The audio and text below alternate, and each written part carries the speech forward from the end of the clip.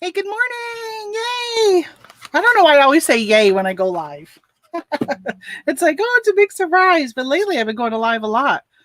I got to check StreamYard because I don't know if my StreamYard because I don't pay for StreamYard. So I only get 20 hours a month. And I think I may have hit that maximum. We'll see. So good morning, Carlene. We finally, hold on. I'm trying to click over here. We finally have electric. Was without for 32 hours. Oh my gosh, that's so long. I've been hearing tidbits of what's going on in Texas, and of course, on social media, people are like, "Oh, I'm without power. It's cold. It's this temperature, that temperature." And so this morning, I actually took the time. I'm kind of running late. I got on the Weather Channel and was just kind of watching the live footage and stuff of what's going on everywhere. My gosh, like Texas, they were saying in 2011 was the last time you guys had this like really bad cold spell with snow and stuff. And they warned the Texas electric, whatever, oversees it. Because I didn't realize Texas has its own electrical grid. Nothing crosses state lines. And they warned them then that they needed to do something because if another cold spell like this came through, it would have these issues. And it sounds like nothing actually got done. So, all right, I'm packing orders. I have a really, really good bolo to share with you guys, and I'm going to do it last to make you hang in here and watch me for the whole time. How is that, huh? All right, let's go. Let's see what we got. I was kind of disappointed this morning when I pulled up, let's see. I pulled up eBay. It said I had one of my things was past due. Overdue, shipping overdue. So I didn't ship yesterday as I went out sourcing with my mom, and I have 2-day handling, so I thought it was good. So this item that I listed the other day, it must have defaulted somehow to 1-day handling, and I didn't notice. So I will have a shipping defect, which obviously is not good right now because I'm already above standard from that one product I had to cancel those orders on at the beginning of December. It takes like what, 90 days for it to clear. I don't know. It's a long time. All right, so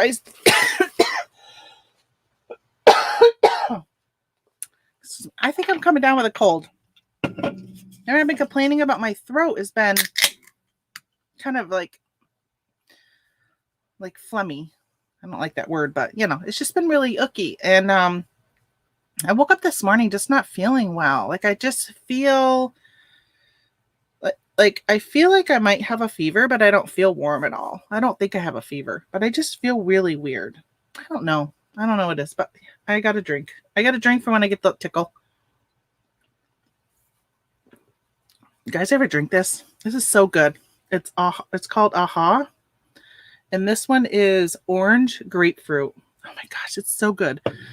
So I don't know if anybody bought any last year, but they had at Walmart these little tiny refrigerators that were Coca-Cola designed. I think they may have had other like Coca-Cola branding, but this one, the one I bought was 2 Coca-Cola ones. I sent one to Amazon and it sold right away. And this one I decided to keep. It was only $7. And I plugged it in last week or the week before. I set up I don't have a lot of plugs right here that are accessible. So I actually put it in the bathroom because my husband built me a bathroom. It's pretty big. But I put a little table on it and plugged it in. And it holds a 6-pack of cans. So now if I get thirsty and I run out of what I normally bring down my water, but when I run out, it's really hard to fill it in the bathroom sink just because it's so low. I only get like this much water in it before it starts dripping out because I can't turn my cup right or whatever. So I plugged that in and I'm really excited. So now at least I have that. All right. So this purse, I've had this purse listed for a while. I took a best offer yesterday. I have been getting, and I know people complain all about low offers, and I'm just like, just counter. And I don't mind low ball offers because they're usually only every now and then. But I swear for the last week, every single offer I have gotten has been below 50%, or I should say higher than 50%. So this, I don't remember what I was asking for it. Let me see. Clicked on the listing here and tell you what I was asking. So I was asking 28. I don't know what they offered me, but I countered 20 and they accepted it. They probably offered me like $10. And I was just like, yeah, I'm not going to do $10 with free shipping. And it's going, well, this one's going to Indiana. But I've had it listed for a while. Let me see how long I've listed this. November of 2019 was this purse. It's a Tyler Rodan. I don't know. It's vegan leather, whatever that all means. I looked it up way back then, but all right. So let's see. I think this will fit in a what are these things called? Bubble mailers. Priority flat rate. My mind is just not really with it today. I was gonna wrap it. Should I put it in I don't know if I should bag it before I put it in. That'd be okay. I don't know. Why do I always sometimes I just hear and struggle with how I'm gonna package something. Oops, let's see. I'm gonna do my good old tissue paper. I know. Controversial. I just feel like maybe it's from my Poshmark days of selling on Poshmark. Because, you know, with Poshmark, you always had to make things look pretty. And if they didn't look nice, like people, even if your item was great condition and someone got it and you didn't package it nicely, people will leave negative feedback because it wasn't packaged nicely on Poshmark.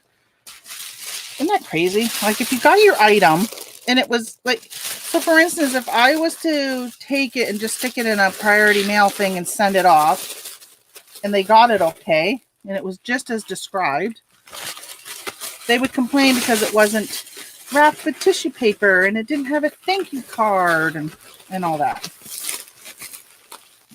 Okay, so let's see. I'm just going to open up YouTube here for a second just because I see there's 7 of you in the chat, but I haven't had a post since I've gone live. So either y'all are just really busy or something's up with my StreamYard. I see there's, sorry, wrong one. Okay, looks like it's just y'all are busy and not chatting. All right, it doesn't fit in this right. It's too long. So I'm going to fold it the other way instead of the way I was folding it. I'll fold it this way. Fold it this way. Did you guys have a good day yesterday? So I went shopping with my mom. I know for those who have been without power, you probably didn't have a good day watching the news and just seeing everybody all bundled up in their house because it's cold, no heat, electricity. Can't go anywhere because of the roads.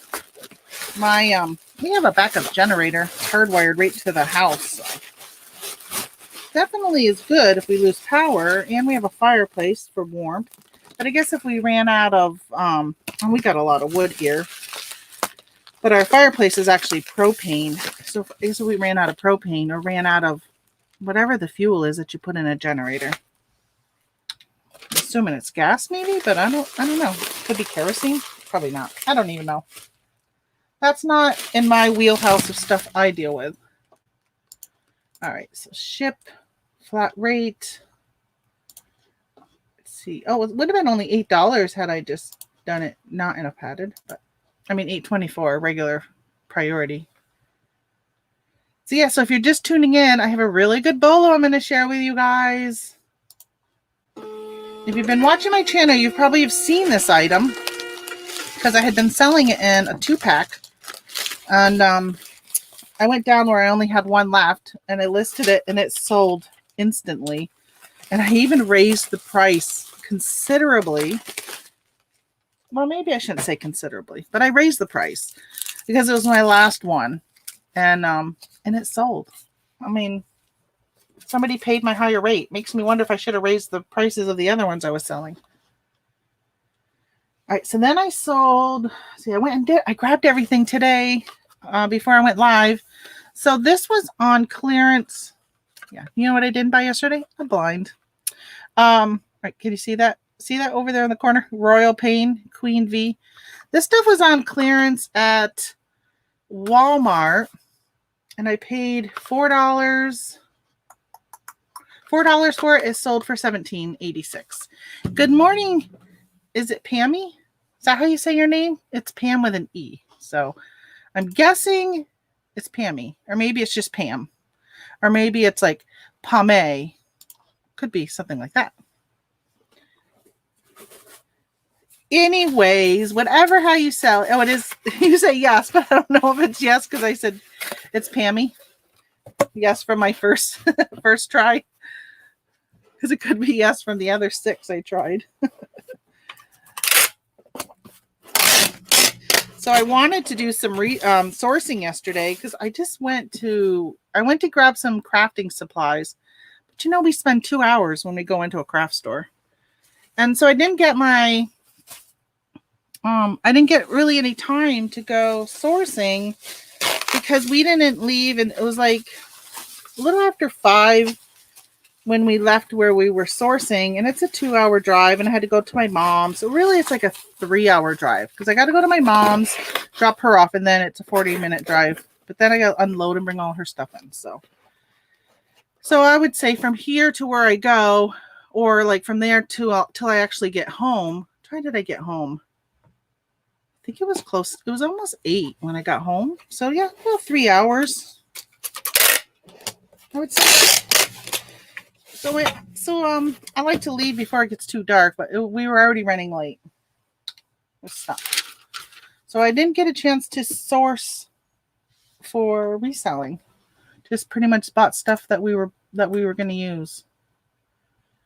Mom bought more stuff for her gnomes, which I shared those the other day.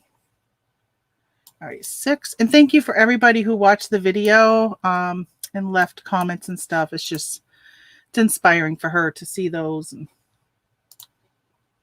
it's been a rough 3 years for her with losing my dad and then COVID hitting, and she had a really good friend. It was actually her first boyfriend was in the nursing home, and she'd been visiting him, and then she got locked out of that because of COVID, and then he ended up getting COVID and he died by himself. So it's been an extremely rough 3 years for her. So having her be able to do something like these gnomes and then having the good feedback is, I think she had somebody stop by yesterday. So she said 2 people this week buy some from her. All right, so that's that one. Back to orders. How many of you use that on eBay? They have that go to the next item, like ship your next item. I used to use that until it went to the actual like printing page. I just grab whatever's next and then package it. All right, this is actually, I gotta wait. I say that, but that one's actually eBay. I mean, not eBay, but Amazon. This one's eBay. So I was actually really happy to sell this one. It's a sweatshirt for Penn State. And I've had it on Amazon too. And it finally sold. I think this one I took a best offer on. Oh yeah, this person offered me like a very low, another really, really low offer. Let me tell you how much I was asking for it. I was asking 20. No, it says it sold for 20. All right, so I was asking 20. I think they offered me either $8 or $10. I countered at 18. And they ended up accepting the 18. So I'm glad I countered. For a while there, you kind of get like, you take things personally when people send you such low offers. And I think to myself, well, they're just trying to get the best deal, right? They're starting low so they can negotiate. Just like when I counter offer, sometimes I always don't counter offer at my best price because I think they're going to counter offer again. And I need to have some wiggle room. So I will sit there and and now I just try not to take offense, but man, when you get like 10 of them that are 60% off or more in a week, you're just like, what is up? Nobody is giving me a reasonable initial offer. So I countered at 18 and they accepted it. I also looked and saw they lived in Pennsylvania. So I'm like, all right, they're truly probably fans, or their kid probably just got accepted into Penn State for next year. So that's definitely something they really wanted. So I didn't want to walk away from a sale. And I only had $4 into this. All right, so padded flat rate. I spent 2 hours in the thrift store. Oh, wow, that's good. I haven't been into a thrift store in a long time. Gnomes, I missed all that. I'll go back and watch. Yeah, I actually have a separate video. So I shared them on, what's today? Thursday? I shared them on Tuesday on my live. But then I actually did a whole separate video just kind of showing them. Never glad you got it back.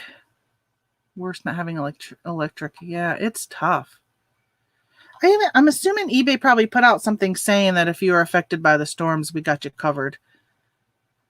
I haven't seen anything, but I'm sure they did because I always do. Oh, good morning, Moon Goddess. I don't know if you guys heard. I think I'm coming down with a cold. I hate it. Hate not feeling good. I think it was last Thursday. I was the same way last Thursday. Well, Tuesday I went and got my blood drawn for my doctor's appointment tomorrow. It's just like your normal like CBC, and I have diabetes, so they check my A1C and number has gone down, so it looked pretty good. But my CBC, for the last few times, my red blood cell count has been high or low. I can't remember. So I'm gonna have to Google that again and see what causes that again. Plus, I had a few other things that were not right, and maybe I'll pull up YouTube Doctory and share with you guys what ones were high or low, and maybe you guys know what they all mean. I sold these baseball cards. I think I've been having them every time I go live. I sell a package of these Bowman baseball cards. So somebody bought 2 of them. I'm so glad to get these gone. And like I say, I put them in a box because I don't want them to get bent or damaged or whatever in transit. I should see if any of these are repeat buyers. Because they may have gotten one and been like, hey, that lady was great. How she handled these. I'm going to buy more from her. Because she's an amazing seller.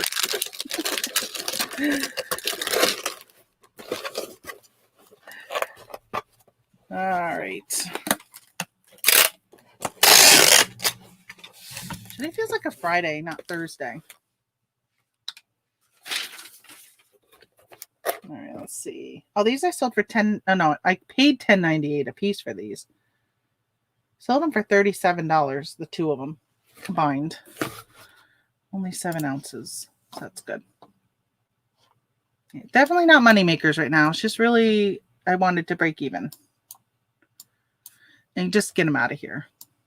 I feel like with, especially sports cards, if they don't sell right off during the season, then I feel like and I don't know, I'm not an expert. But so far from my history, once the season's done, the sales just really, really dried up. And so I think sometimes it takes for something to happen in the news or longer term or something like that before all of a sudden something will start happening again with them. These are going to Colorado. Thank you, Dale, in Colorado. All right, so this next item is oh no. So I'm gonna save my last. Oh, I got another one. I was gonna save my last eBay one, but I have a puzzle. So this one, again, I got a best offer of $6 with free shipping on a puzzle that's heavy. And how much was I asking for this? I only paid $2 for it. So I was asking $20 with free shipping. I paid $2 for it. And I took an offer of $17.99. And they offered me, I think it was $8 or $6. It was really low. I'm like, I'm not even going to really cover my shipping, what you're asking. Okay. Thank you so much for stopping by. Have a great day. I'm sure you have so much stuff you got to catch up on with just getting your power back, being that you were out without it for so long. It's so stressful. Even if eBay gives you that, oh, it's okay, you don't have to ship or whatever, we're going to take care of any late defects. It is still really stressful to not be able to have control over your business. All right, I got to grab a box. Let's grab this one that we taped up the other day, and then we didn't use it because, why didn't we use it? We ended up going FedEx with it. So I'm going to use, I bought some razor blades. I'm really excited. I got to change out my thing here. I got to change out my blades because I'm going to cut this down because this box is too big for the puzzle. And if I can cut it and get it into cubic shipping, that's better.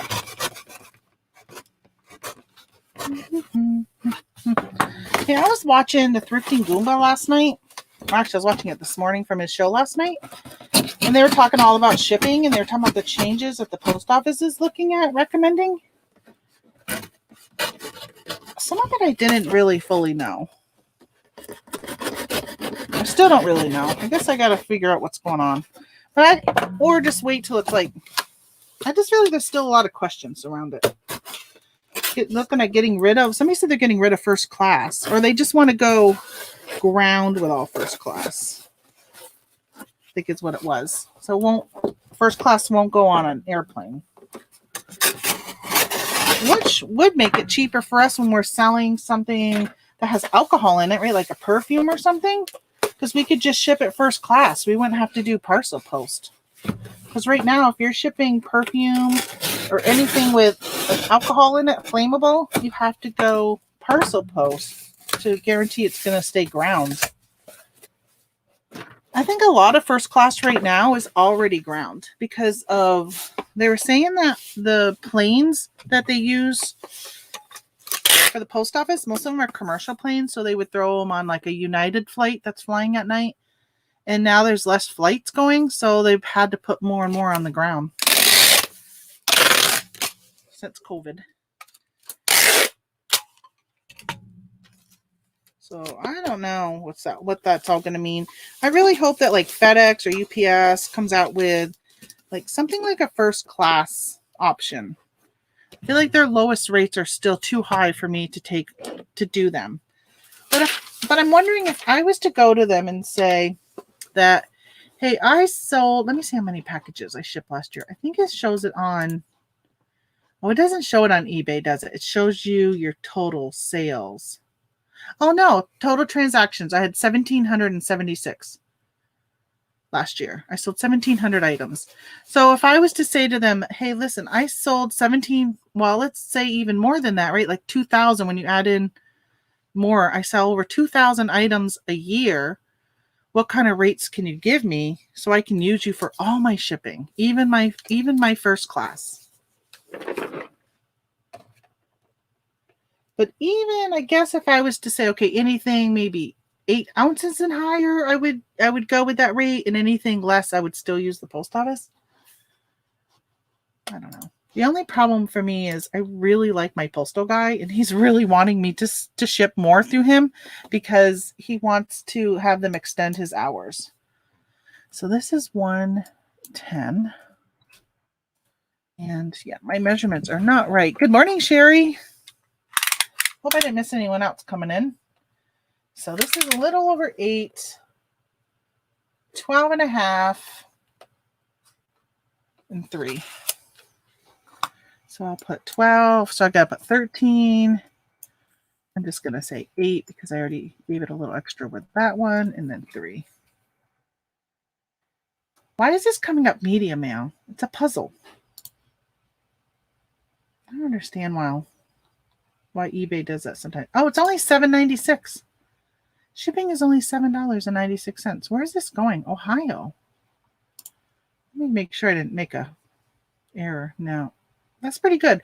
So let me check and see how much it would be. If I ship this through UPS, it would be $10.58. FedEx would be, the cheapest is $11.35. See, that's with Smart Post.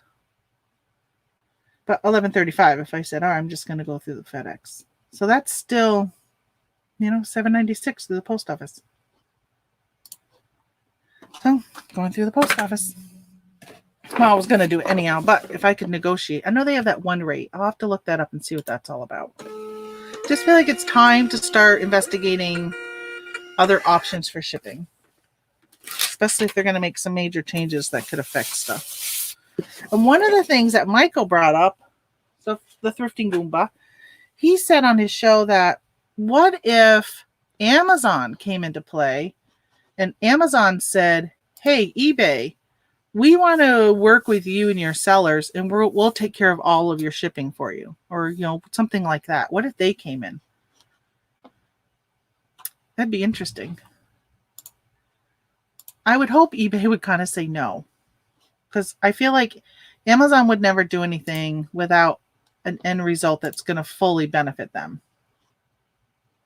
So in my opinion, Amazon would do that just so maybe they could get like data or something. Do you say data or data? All right, so no Macari. Let me just double check. I have no Poshmark. And I sold something on Bonanza. Oh, that's right. I did sell this. Let's see. Let's go over and find where you're located. And take you. Oh, they already took it down from eBay. That's right.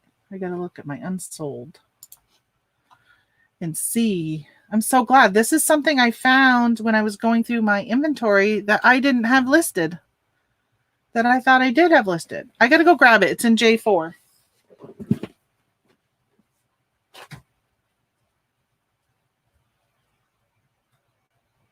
Oh. I keep forgetting that J4 is sitting behind my chair. I haven't put it. I sold 2 things in J4 today. I think it's this one. Yeah, it is. Don't trip over that. I got a lot of stuff around my desk right now on the floor. I got to clean that up when I get done this. So this, I had bought a bunch of this omega-3 from a local drugstore. They had it on clearance. This hasn't expired, not until 2022. But yeah, I sent a ton of this into Amazon, and then I think it was last summer, Amazon decided that it would be really nice to gate me in a lot of that health and beauty over-the-counter stuff that I had been selling, and then they gated me, which is weird because a lot of my friends weren't gated, but I've heard some were, but for some reason they gated me, and not even the ability to get a wholesale invoice and apply. Like I'm like a restricted gated, not even a needs approval gated.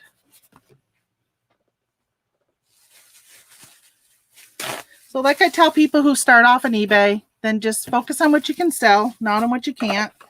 So I threw this on eBay, or so I thought, but I guess I never did until this week, and it sold within a week. So I sold this for $15.88, and I don't have a cost of goods. That's not good. I should have looked on Amazon and seen. I'll have to look on Amazon and see how much I paid for them. I think they were only like, I don't know, $3 or $4. I don't think it was a huge money maker, because at this point it's just, all right, recoup my costs, get it out of here. And thank you, Amazon, for gating me. All right, 5 ounces. Oh, that's right. This is Bonanza, so I need to do some clicking. View pack and slip. I wish that Pirate Ship, I should message Pirate Ship and say, how come you can't get Bonanza to integrate with you? So when I sell, it would pop up like it does with eBay and Etsy. Hey, good morning, Holly. We got a couple inches last night. Can't wait until the weather. Oh my gosh, I know. Oh, for the weekend for it to melt. I was watching the news this morning because I feel like I've been kind of out of the loop. I've been hearing tidbits from people in chats and stuff about how bad the weather is, but I watched the news just to kind of catch up on it. And I was like, wow. They were talking about like DC, that whole area, like probably near you with snow, but a lot of them are getting ice right now and sleet. DC was getting sleet this morning. But they're saying their overall rain total or their snow total was down for the year.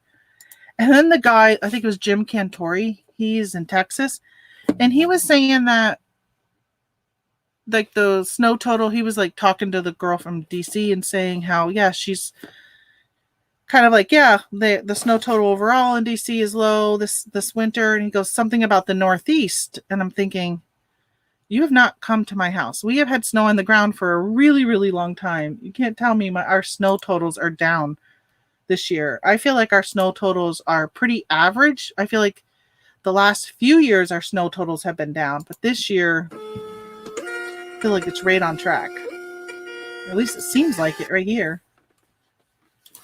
I feel like we're never going to see green grass again because the snow is so deep.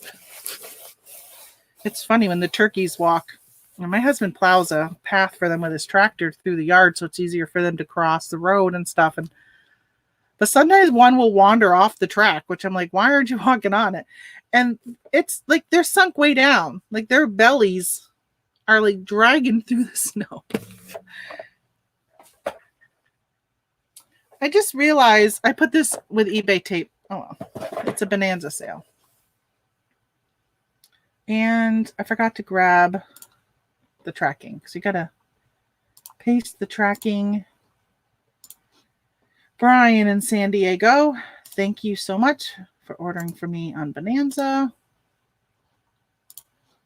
I love Bonanza. I just wish more places would use it.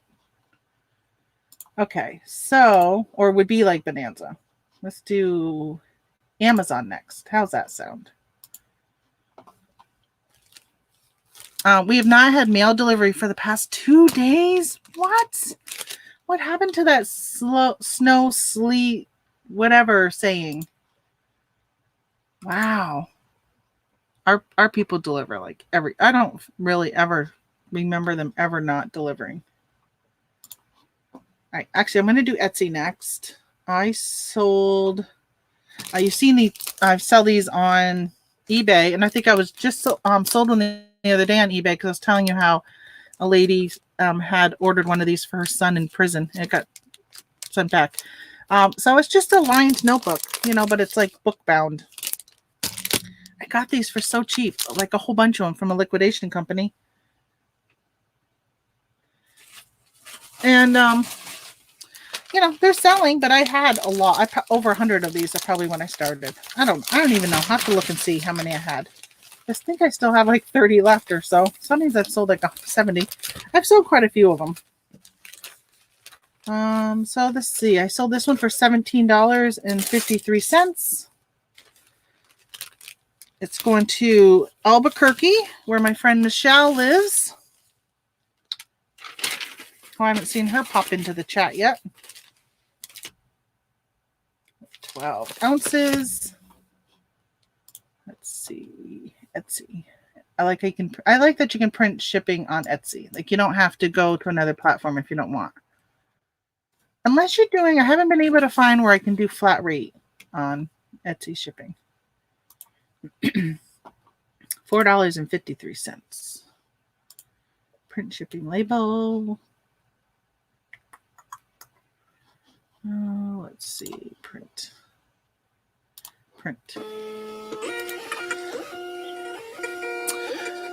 So we have rural carriers that I live in the city limits. Okay, so do they so rural carriers, so they drive and deliver, they don't walk and deliver. Yeah, we have they drive and deliver for us.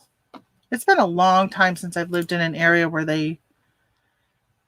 I think my whole adult life I've never lived where they have walked to deliver my mail. But growing up, I lived in an area where they did that. All right. So Amazon, I only have 4 orders for Amazon. Oh, look at the stuff FBA that sold though. I like to see what sells. Nice. Very nice. Okay, so I sold some more of these slippers. Oh, which reminds me. So these are the Mandalorian, the Grogu slippers that I got at Kohl's. I think I only have 1 pair left. I need to go to eBay. Let's see, because I did not take it off from eBay this morning. I've sold so many recently that I knew exactly where to go to grab them. So I just went and grabbed it without doing my due diligence that I'm supposed to do here. Yoda slippers.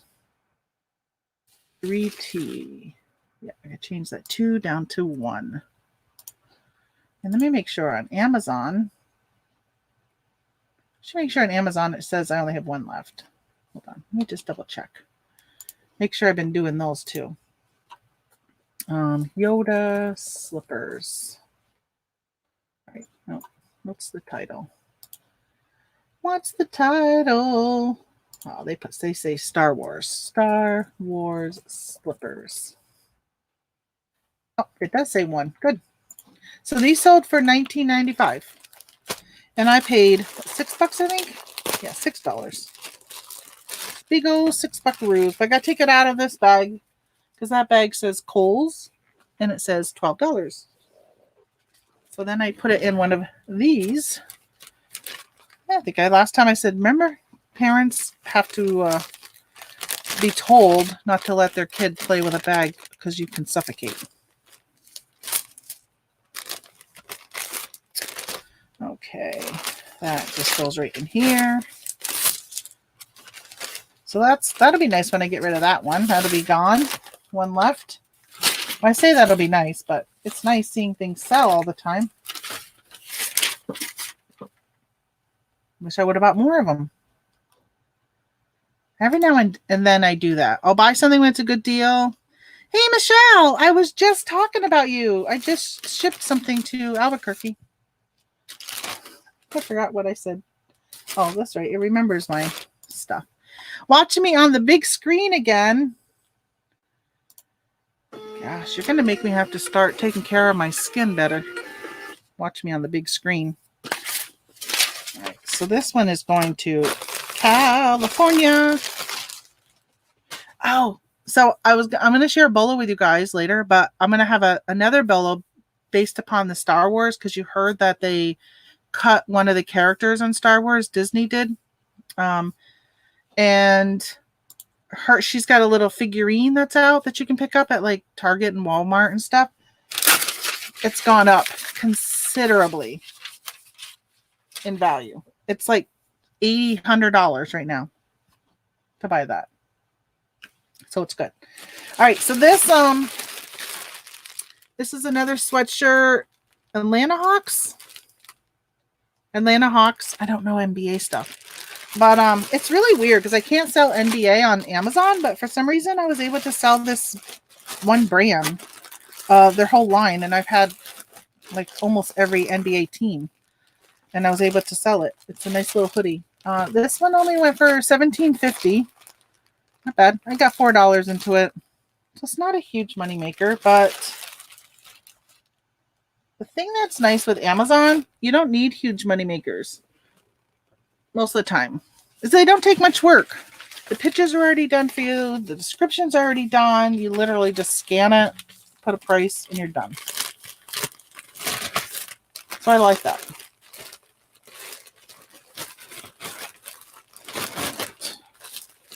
Let's see. Where's this one going?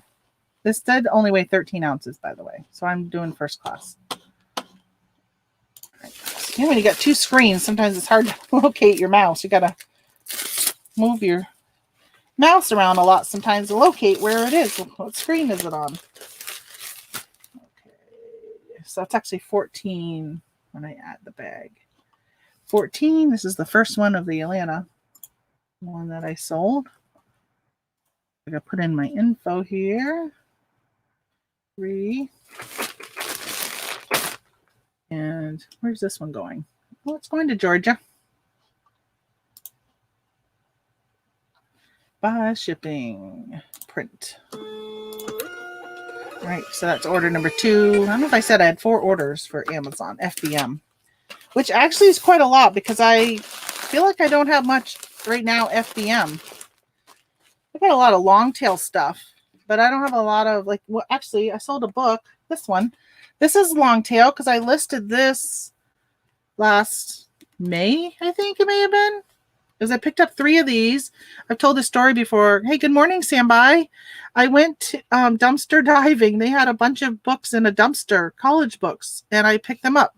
So I sold this one, Masculinities in Temporary American Culture. So let me tell you this. Hold on. Let me look it up on eBay. Masculinities. I have 3. I got them listed on eBay and Amazon. So you can buy this for $24 on eBay.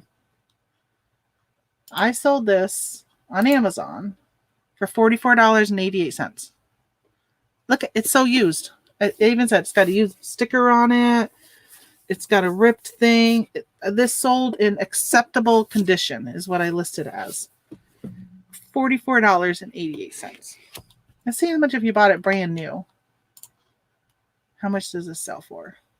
So, if you bought it new, it's $67 new.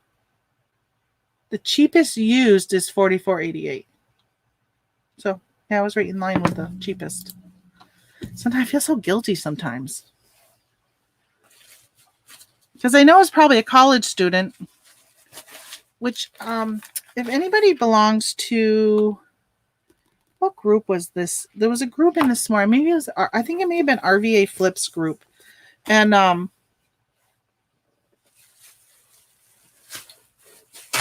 just gonna wrap it. Sometimes I feel like when I put like a book in that the sharp edges could poke through the poly bag. I don't know why I feel that sometimes. I probably spend so much money over protecting stuff that doesn't need to be protected. So yeah, RVA Flips, talking about college students. There was a 16-year-old who posted on there. I think it was that group. And he posted saying that he's getting into reselling to pay for college. And he was thinking about doing a YouTube channel talking about reselling and targeting the younger audience. And I told him to absolutely jump into it because there's a YouTuber called The Reseller Kid who I think he just started last year. And he's doing pretty good. I think he had like 1,600 subscribers in the last year. That's how many he grabbed. So, I mean, there's definitely a market for it. All right, let me see. I'm wondering if for paying $44, it's going to California. Even though I just put this in a bag, I think I'm going to put it in a flat rate envelope. I could send it media mail because that's what it's listed as. But if it's a college student, they probably need it. And I definitely it was free, and I sold it for $44. So I definitely have the wiggle room to bump up their shipping. I'm going to priority mail flat rate. There. I'm going to do that for them because I know what it's like raising 2 college students. And when I would order books for them, sometimes it would take so long to get them. And my son or my daughter would be like, I haven't seen it yet. I need it. My class. All right. 1 pound, 15 ounces. And I hate that you can't just click on in Amazon. I can't just say flat rate. I got to put in all the dimensions. So I got to put in the dimensions of the envelope for it to know that I'm shipping it in one of these. It's ridiculous. Just give me the option. Let's see. Here we go. Oh, and of course it gives me a padded. I don't want padded. I want just a plain old normal one. Flat rate box. FedEx. Next day air. All right, let me get rid of everything but USPS. Cubic. What? Oh, no, padded flat rate envelope. That's all they give me is a padded flat rate envelope.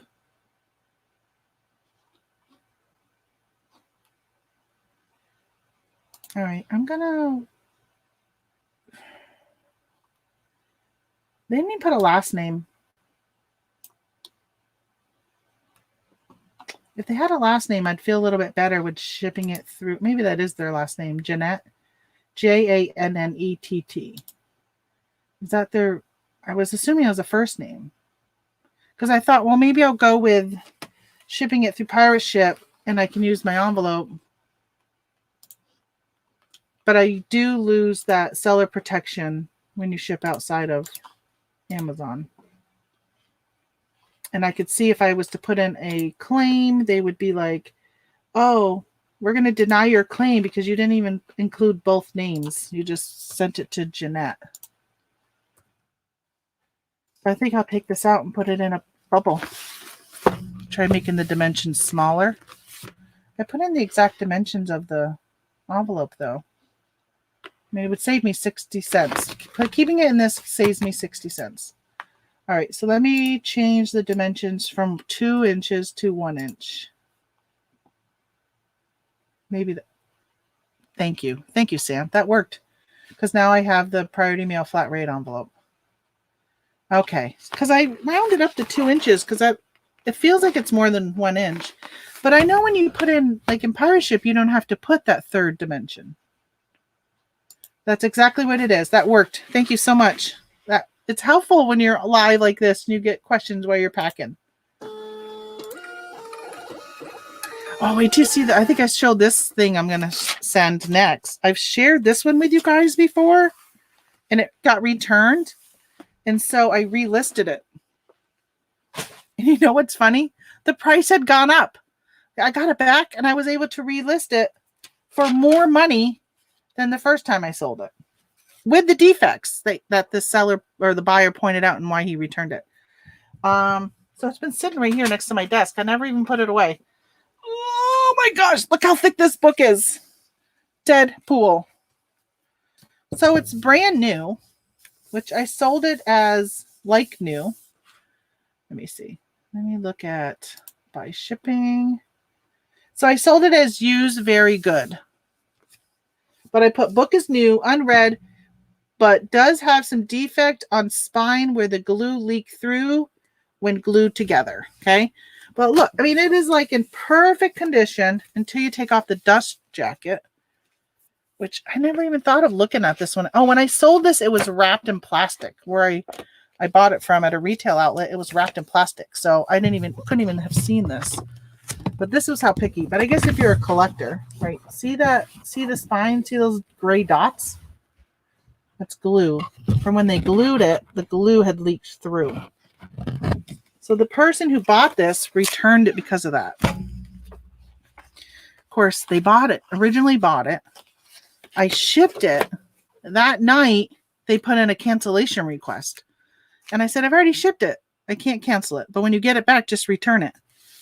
Well, of course, when they got it back, they opened up a return, but they said defective, of course, so they wouldn't have to pay to return it. And then they pointed out this. And I thought, I better not get it back and have it be perfect. I'm going to be ticked. But ended up being it did have some damage. So I relisted it. I paid, where's my SKU for this? Hold on. I don't think I ever took this off on eBay yet either. Deadpool. Oh, I must have. And sold. Damn, I think I paid $10 for this book. I don't think I relisted it on eBay because it's not in my unsold either. Did I put that? Let me just try Deadpool as 2 words. Or did I just type in 1 word? Deadpool. 2 words and it's not there. Deadpool, 1 word, it's not there. All right, I must not have listed it. All right, so I sold this book for $65. Hey, good morning, Caitlin. $65. Paid $10 for it at Ollie's, by the way. Ollie's bookstore. Or Ollie's bookstore. Ollie's is like it's like almost like a liquidation store, similar. Somebody said similar to Big Lots, but I feel like Big Lots really isn't liquidation much anymore. I feel like they kind of more have their own brand of stuff. What What is Big Lots like? Or what is Ollie's like? I guess you could even compare it to like a TJ Maxx in some ways. But it's not like TJ Maxx. It's usually in a warehousey type setting. But yeah, I'm really excited to have resold this book in used condition with defects. Let me see how much this is going for in brand new condition. Like if it didn't have that defect, it's at $95 right now. Yeah, that's really good. That's amazing. I wish I would have bought more than one. I said, oh, I'll buy one and test it and see. Because if it would have sold right away, then I would have went back and bought more. And it didn't. It didn't sell right away. It took like, I don't know, a little over a month. And the thing with Ollie's is when you go in, if you want something, you got to buy it because it probably won't be there next time you go. And so I went back and they didn't have any more. They didn't have a lot to begin with, but I didn't really want to invest $10 into something I just really fully wasn't sure if it would sell. Because the Keepa chart didn't look that great. And Keepa is what you use for Amazon. It shows you your sales velocity of products. So I am bubble wrapping this because I really think it's probably like a collector who would buy something like this. And that expensive. Oh my gosh, it's a lot of money.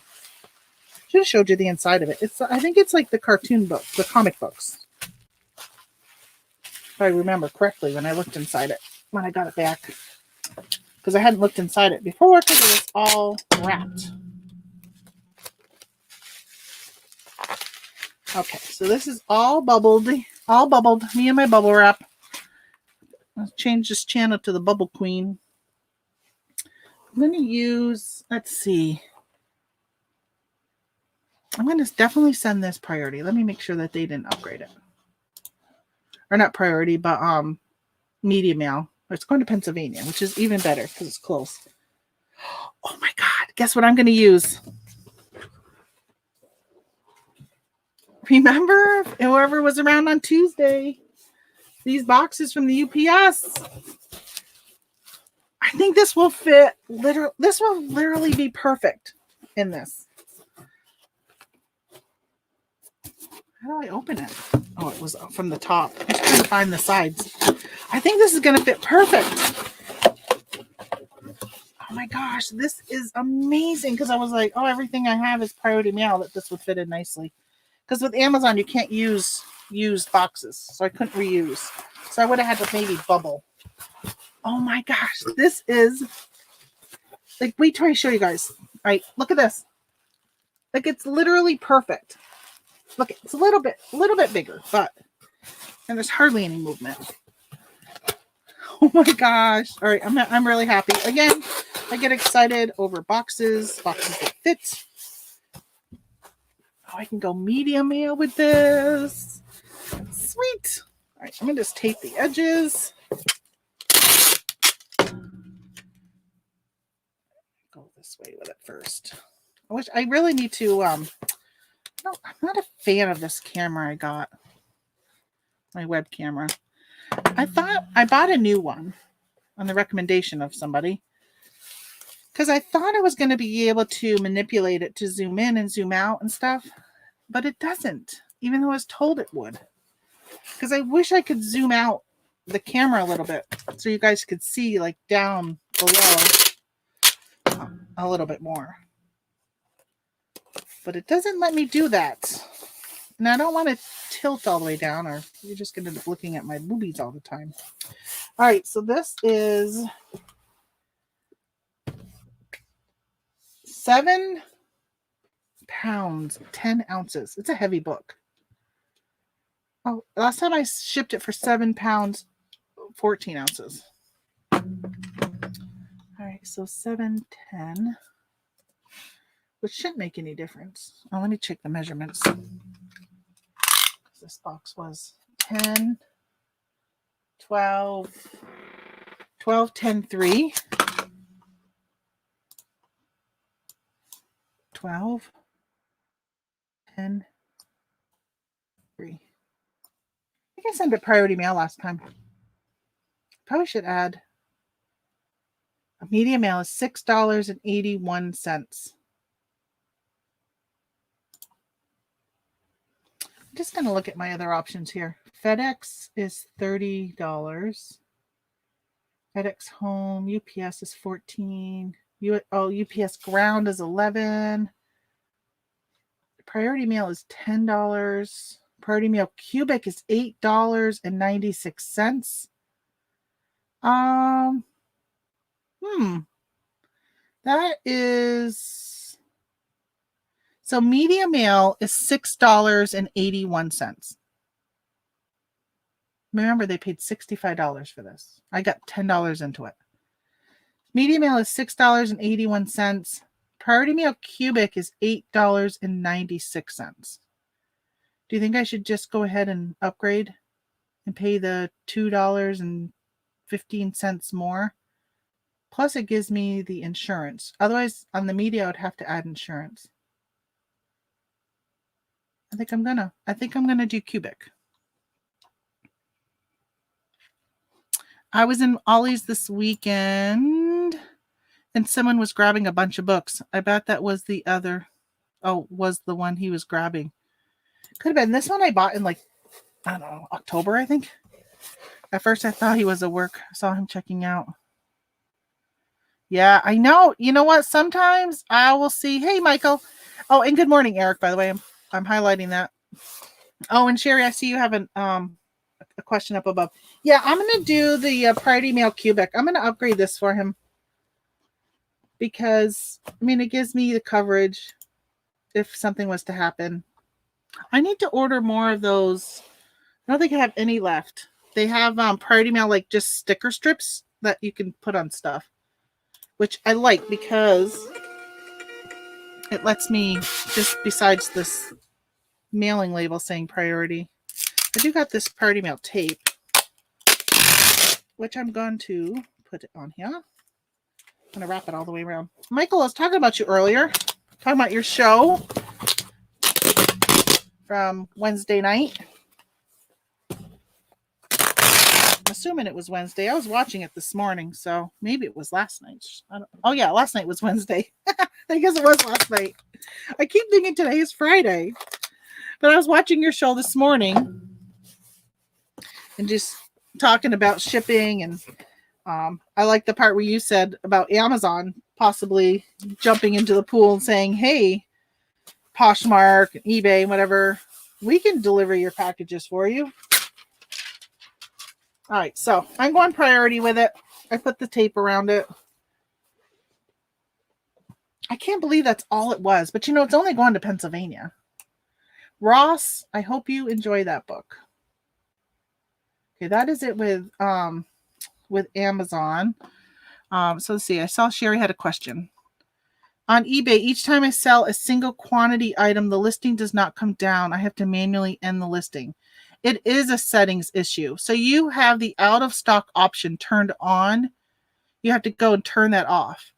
So out of stock means that it will still continue to show there because it thinks you're going to replenish it. But if you're like a one-off seller, like most of the stuff I sell, I'm one and done. I mean, I have some replenishables, but you can't do it for some and not others. So I turn it off for all of it. And then I have to just manually relist or manually go in and change my number when I include more. Because sometimes I'll get like 100 of something, but I'll only list in like 10 increments. So you want somebody to say, oh, she only has 10. She only has like 2 left. I better buy it now. But they can see that I've sold 20 of them, 30 of them, 40 of them, 70 of them. So yeah, it's a settings issue. I don't know where you turn that off because it's been a long time since I've done it. I would suggest if you just you probably could just Google the help and put in, what did I just call it? Out of stock, and put that on it. So Michael, you did ask, where did that box come from? So that is from the UPS.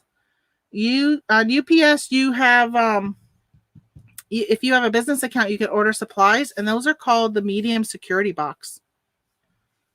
Really, it's a really nice box. I opened it live on Tuesday, and I was like, oh my gosh, I can't believe how nice these turned out. I have the one that you gave me the link to, Amcrest. I got the Amcrest one. I don't, it's all right. It's a low level, low price one. I would like to upgrade at some point. But right now, gosh, I don't know if the prices are still as crazy as they were, but the prices were outrageous for webcams. With everybody working from home and needing it for Zoom meetings. I probably could just do, actually, let me do this. Camera. Let me try this one. Yeah, see, this will give you a lower view, but look how much further away I am. But then you get to see that light above me. I'd have to tilt it. Which camera do you guys like? Oh, can you even see it yet? Because I'm still on. Yeah. Which camera do you like? Do you like this camera or the other one?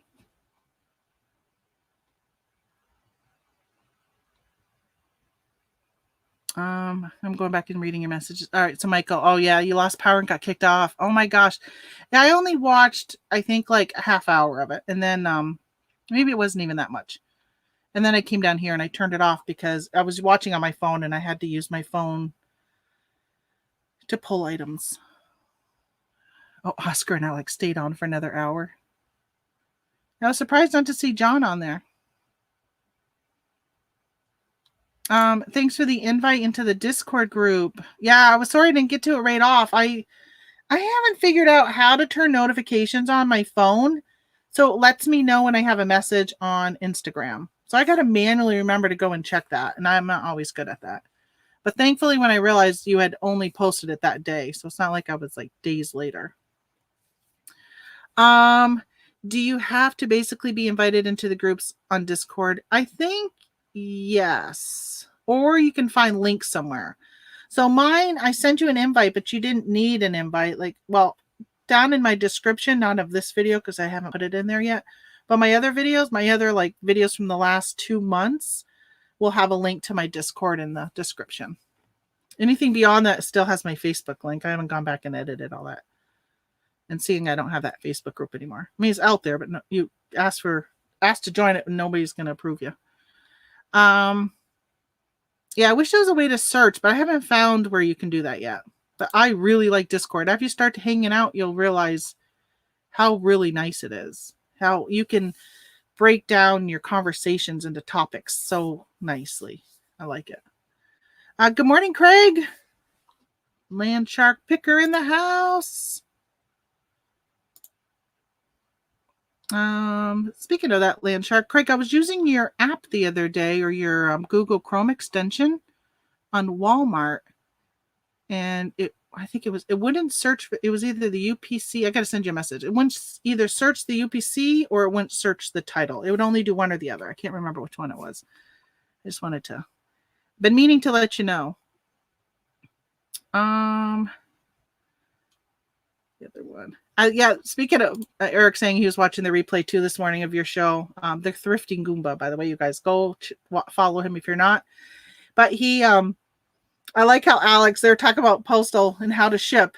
And Alex is like, I ship everything medium mail. I mean, obviously he's joking, but there are people who do that. They'll ship anything medium mail and take their chances of whether they get caught. The other one. Okay, Holly, you like the other one? You don't like this? I don't like how it shows all this, because a lot of times if you guys are on here and I hear my husband come down and I'm always like telling him I'm live, because sometimes he wakes up and comes right downstairs to throw wood in the furnace and isn't fully clothed. So I like the other one just for the fact that there, so you don't get to really see him at all. But I'm like, I can imagine Michelle on your big screen. I'm so big. Yeah, why hasn't John been on the show lately? He's probably busy. I don't know. Send me an email or post in the Facebook group. I don't think I'm a member of that Facebook group anymore. My old account is probably a member, but my new account, it's weird how you don't realize how many groups or pages you liked or all this stuff until all of a sudden you realize, oh, I haven't seen that for a while, or I haven't seen that. And like I had to rejoin some local groups the other day because I realized that, oh gosh, yeah, I can't go and check that right now because I forgot to be a member of it or whatever. I only have one item left, and it took me an hour to get to my bolo, besides that dead pool, if you see that one, because again, that's used. So if you see that at like a thrift store in used condition, pick it up. It's a good $1, $65. And that other one, that masculinities and whatever, that was a school book. All right, so this item is a bolo, because if you see this, I don't know, this might be a discontinued health and beauty item. I don't know if it is or not. All I know is I picked up probably 50 of these last summer. This is my last one. I've sold them all and sold them for, in my opinion, a good ROI. I paid $5 for this. Sold it for $32, but here's the kicker. Okay. Here it is. CeraVe. Okay, you can't see. I'm going to get, actually, hold on a minute. Let me, all right, I'm going to turn off my camera for a minute because you don't guys see me standing in front of my camera. Hold on. I'm going to put up some tissue paper in front of my window. Let's see if this cuts down some of the glare. All right. Let's see if that helps. Oh, maybe not, because I still look really white, don't I? Yeah, that didn't help. All right, hold on. Now I got a big box. What if I put this big box behind right here? Okay. Oh, I'm not as white. Oh, you can see it a little bit better. All right, hold on. Let me put another box. This is what happens when you procrastinate and don't get a blind for your window after rearranging your office. All right, now you're going to get to see my belly. Now you get to see me because I'm not turning off my... Hold on. Are you going to stay? Probably should have muted you because you got to hear all that noise going on. Oh, look at that. So much better. That's so much better. But I can't see my turkeys, my deer. All right. Here we go. CeraVe. Oh my gosh, this is so much better. I can show you guys stuff. So this bottle for psoriasis. So it says new. It's funny. I was watching a video recently and they were saying how if you ever see something on the clearance and it has the word new, where it was a new formula, they're like, pick it up. So this one expires in May. So I picked up 50 of these. So this is the kicker. I sold it for $32.77. Paid $5 for it. I just upped my price because I was selling this in a 2-pack for like 40 something. These are hot in Canada. I'm assuming that you cannot find these in Canada anymore. I'm going to look. I'm going to scan this with my Walmart app. Let me see if they sell these at Walmart. Because if I can go out and retail arbitrage these still, I'm going to buy them and list them. If maybe you can't buy these in Canada anymore. I would say that 85% of the ones I sold went to Canada. And what's nice is I use Pirate Ships international shipping because I ship direct to the customer. I make money on shipping every single time. Ooh, $19.99. $32. This is $32 on Walmart.com. And that's what I sold mine for, $32.77. Oh, so it says unavailable in your store, but it does show up. It was originally $4.50 at Walmart. That's interesting. Oh, that says, hold on, let me check. That was not my local store. $9 at my local store, but it's out of stock. Let me check this one. $4.50. Yeah, so it must have been clearance even at Walmart. Yeah, so this has been a really good seller. And this is going to Nova Scotia. Anne, thank you so much. Of course, every time I say Anne, thank you so much. She's not a watcher. She's not a viewer. Because a lot of times you'll watch like Shed Flips and he'll say, thank you, Tony, for purchasing this. Well, most likely, a lot of times, Tony is an actual viewer. They sell a lot to their viewers. I don't sell to my viewer. I've had one sale to a viewer that I know of. So I bubble wrap the heck out of this because it is going international. And I don't want the pump to break. I don't need to have any type of, yeah, it is a third-party seller on Amazon. I mean on Walmart. That is correct. Eric just said that. Yeah, pirate ship and international shipping. And I heard somebody was telling me that pirate ship was changing, as someone as in a YouTuber I was watching, that pirate ship international was changing. It sounded like it was almost going to be like GSP. But I've been using it continually every week, and I've not noticed any changes at all. I still ship directly to the customer, and prices are still considerably cheaper than if I went through, in this case, eBay. So this person paid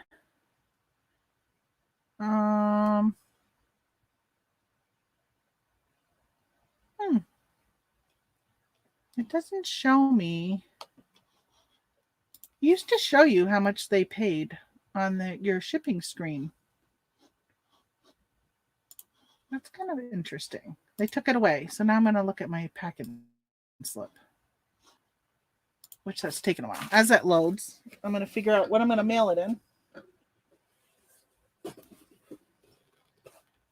I think I was doing I did a 8x6x4 box last time. Let me see if it fits in my 8x4x4.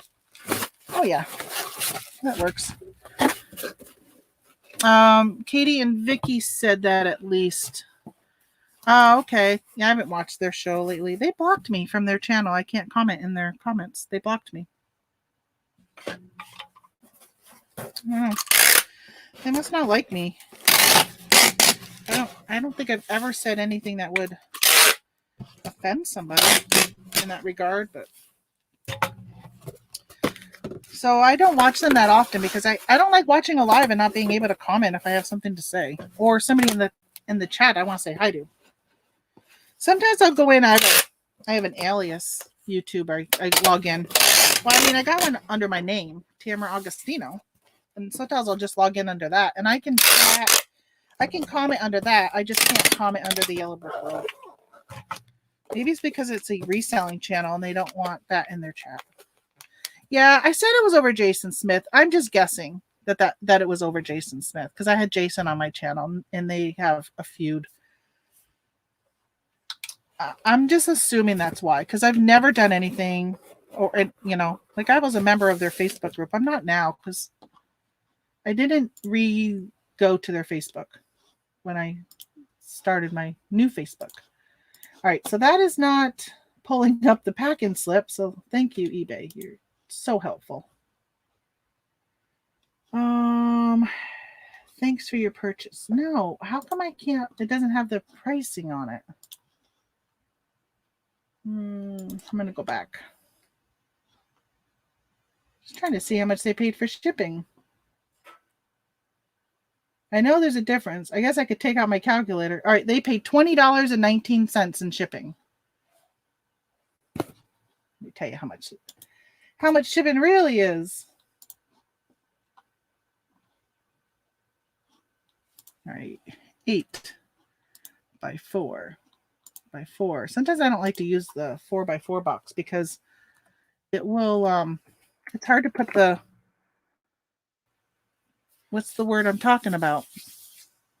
This envelope thing. This thing doesn't really fit good on it. What are you shipping?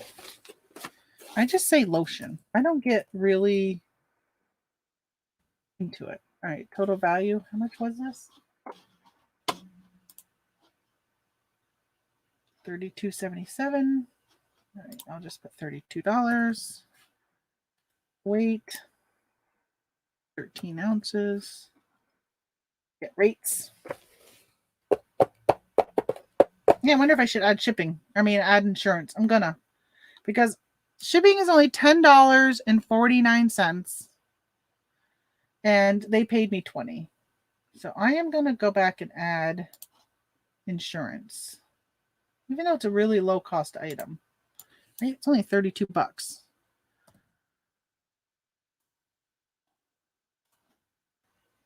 Let's go get rates.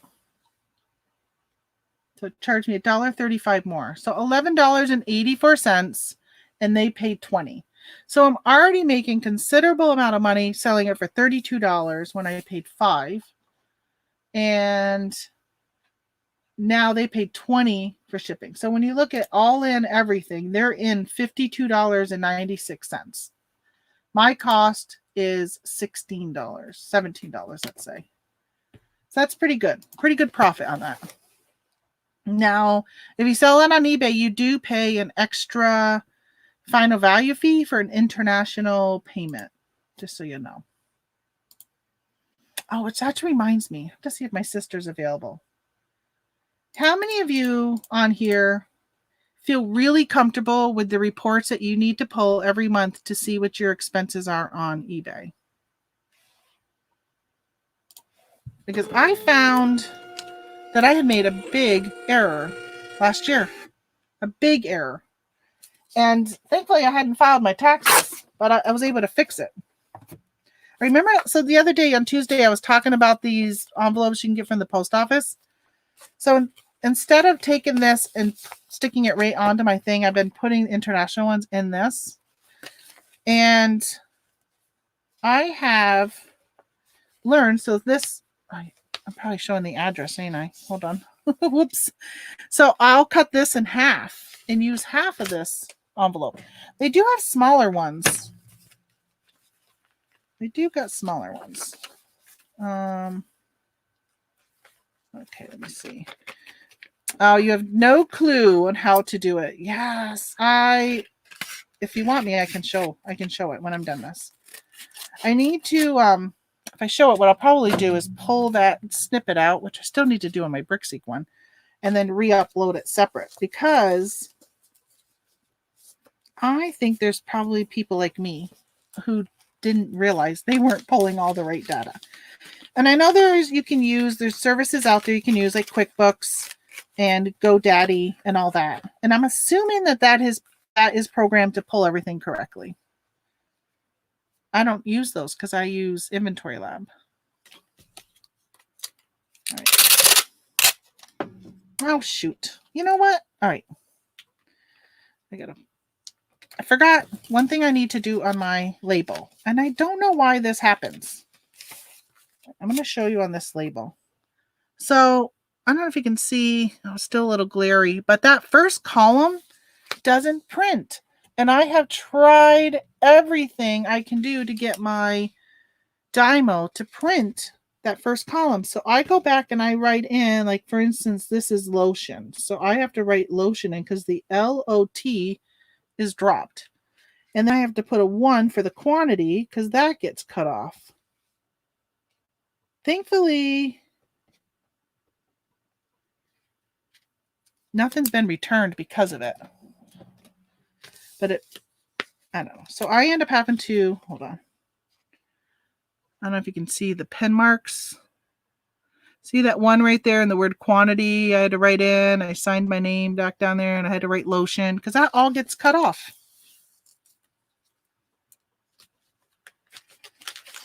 I woke up this morning. Look at the other morning. I don't know if you could see. See those 2 dots? I woke up with those on my hand. Isn't that weird? Sometimes I know if there's like 2 dots close to each other, they say it's like a spider bite, which means a spider bit me at night. Can't remember how many spiders they say that a human consumes a year at night because they don't realize it. Look at what size label your printer is set at. You might have it set at 6.5. Where is that though? Like, I just say print. Let me see. If I say print, it says the paper size. It says that it's the 1744907 label. And I've even tried to say, okay, don't print at 100%, print at like 95 or something like that. But all it does is when you print it at a smaller, it just squishes this part over. And so this side that keeps getting printed is the same. I've tried to find where maybe I could change the margins but I can't find that at all where there's any margin setting. I don't know. I can't figure it out. All right, so this label is actually going to go on the side of the box because it won't fit on the top, but it fits on the side.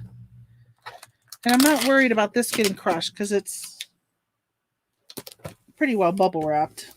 So a lot of times if you put the label on the side, they'll end up having it go through up like this. So all the pressure is put on a side. So if it's a pretty big box, having that pressure be on the side, the sides aren't made to have added pressure where the tops are made to have that pressure. So it can actually damage your product more. But in this case, this is, yeah, this would be okay. There's that. Are you punching hubby again? I'd like to punch him. He snores so loud. He was snoring so loud last night. I did not sleep well last night. I've been having a hard time sleeping lately. Oh, I know what I wanted to talk to you guys about. Before I show you those reports, I'm going to be selfish and I'm going to see if you guys know anything about this medical stuff. I'm going to tell you all about my medical because I'm wondering. Send code. I got to enter this code to log into my account. Now they have that multiple verification thing. My birth date. All right, let me pull up my, is it my comprehensive? Which one? This is the other thing. I had my blood drawn on Tuesday, which was February. What is the date? The 16th. In my medical records for the lab report, it says February 12th. Oh, this is the order date. Oh, see, when I was looking at on my phone yesterday, I was like, why did they date it the 12th? It says the order date is the 12th. That's funny because he ordered it like 3 months ago. Okay, so all right, it's not that one. It's not that report. See, but it's my CBC. Do we have any medical professionals in the building? All right, so my red blood count is high. What does that mean? So good old Tamara does some investigative reporting on Medline or whatever. What does high red blood cell count mean?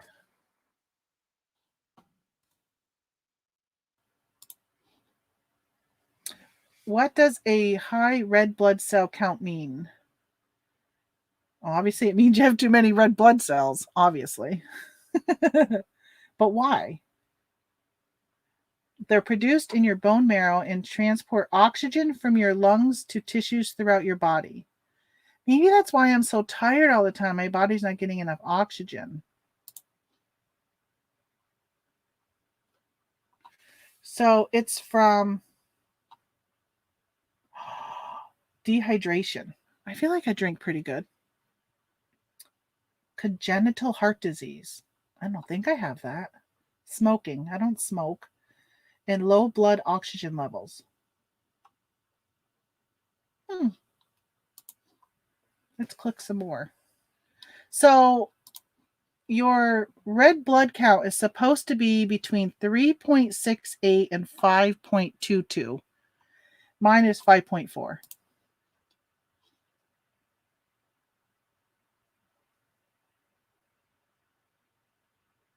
Oh, it says on this one for women, it's 4.2 to 5.4.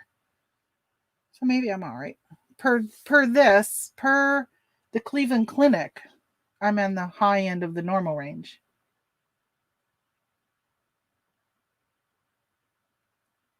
I'm just looking to see. All right, so this one says, oh, carbon monoxide exposure. Oh, usually related to smoking. Okay, that's not that. Nobody smokes around me. Hypoxia, which is low blood oxygen levels. Lung disease, COPD, emphysema. I don't have any of that. Kidney tumors.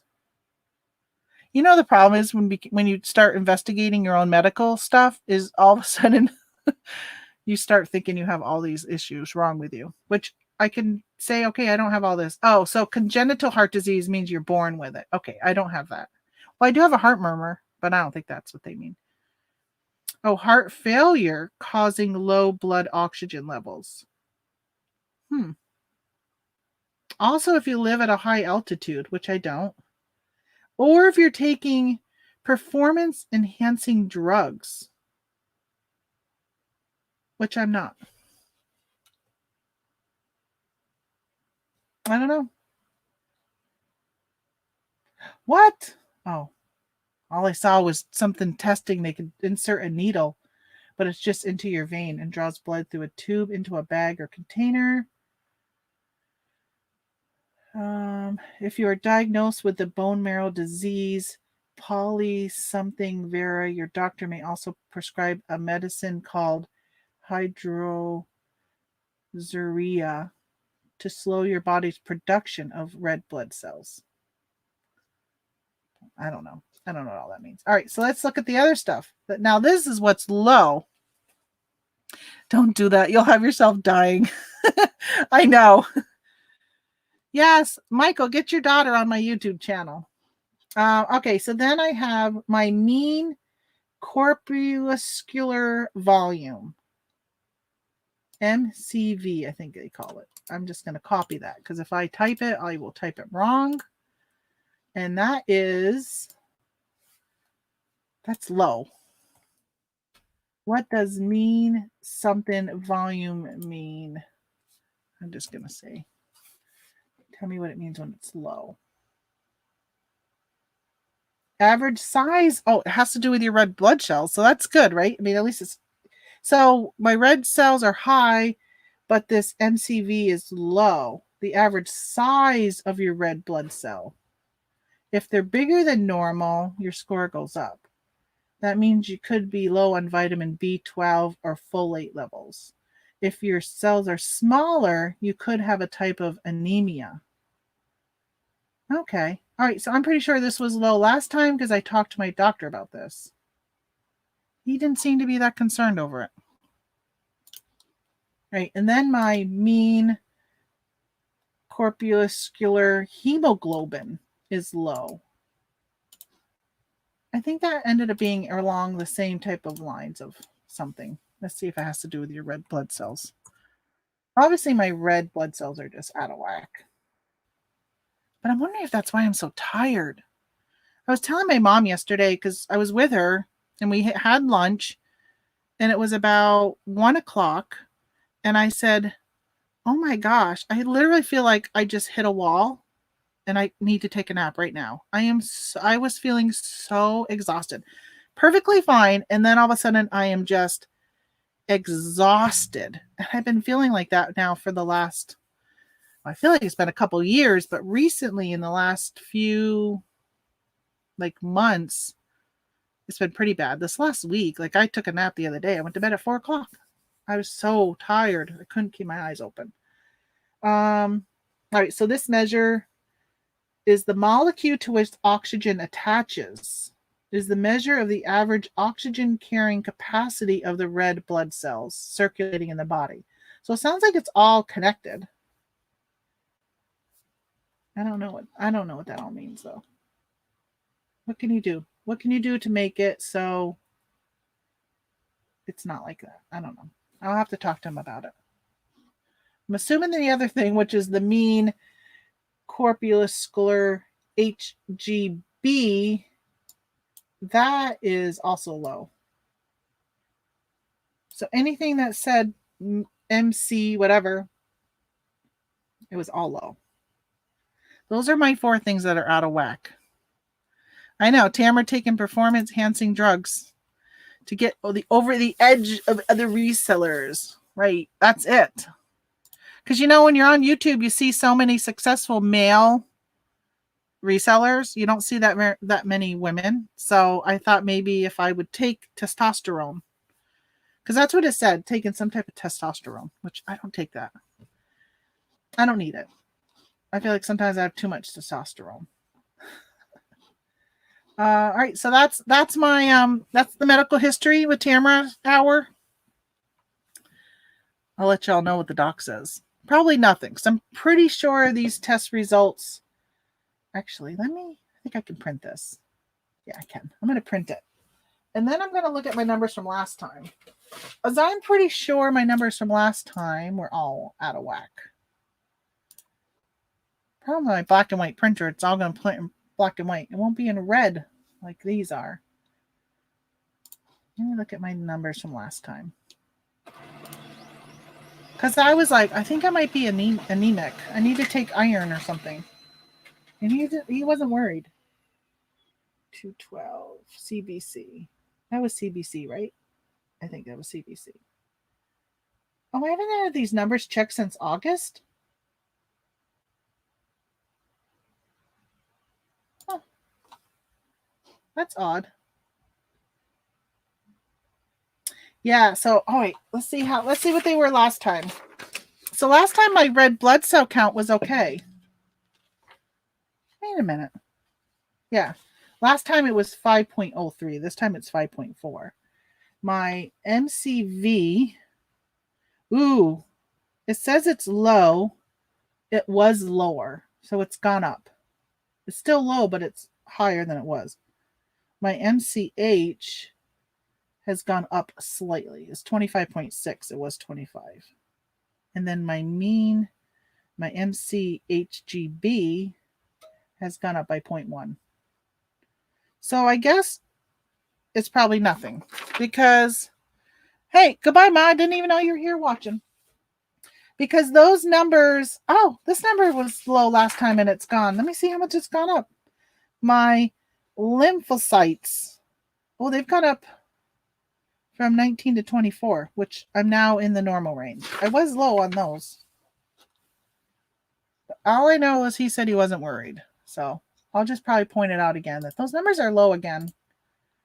What does that all mean? How can I get my red blood cell count to not be high? And is that why I'm so tired? I don't know.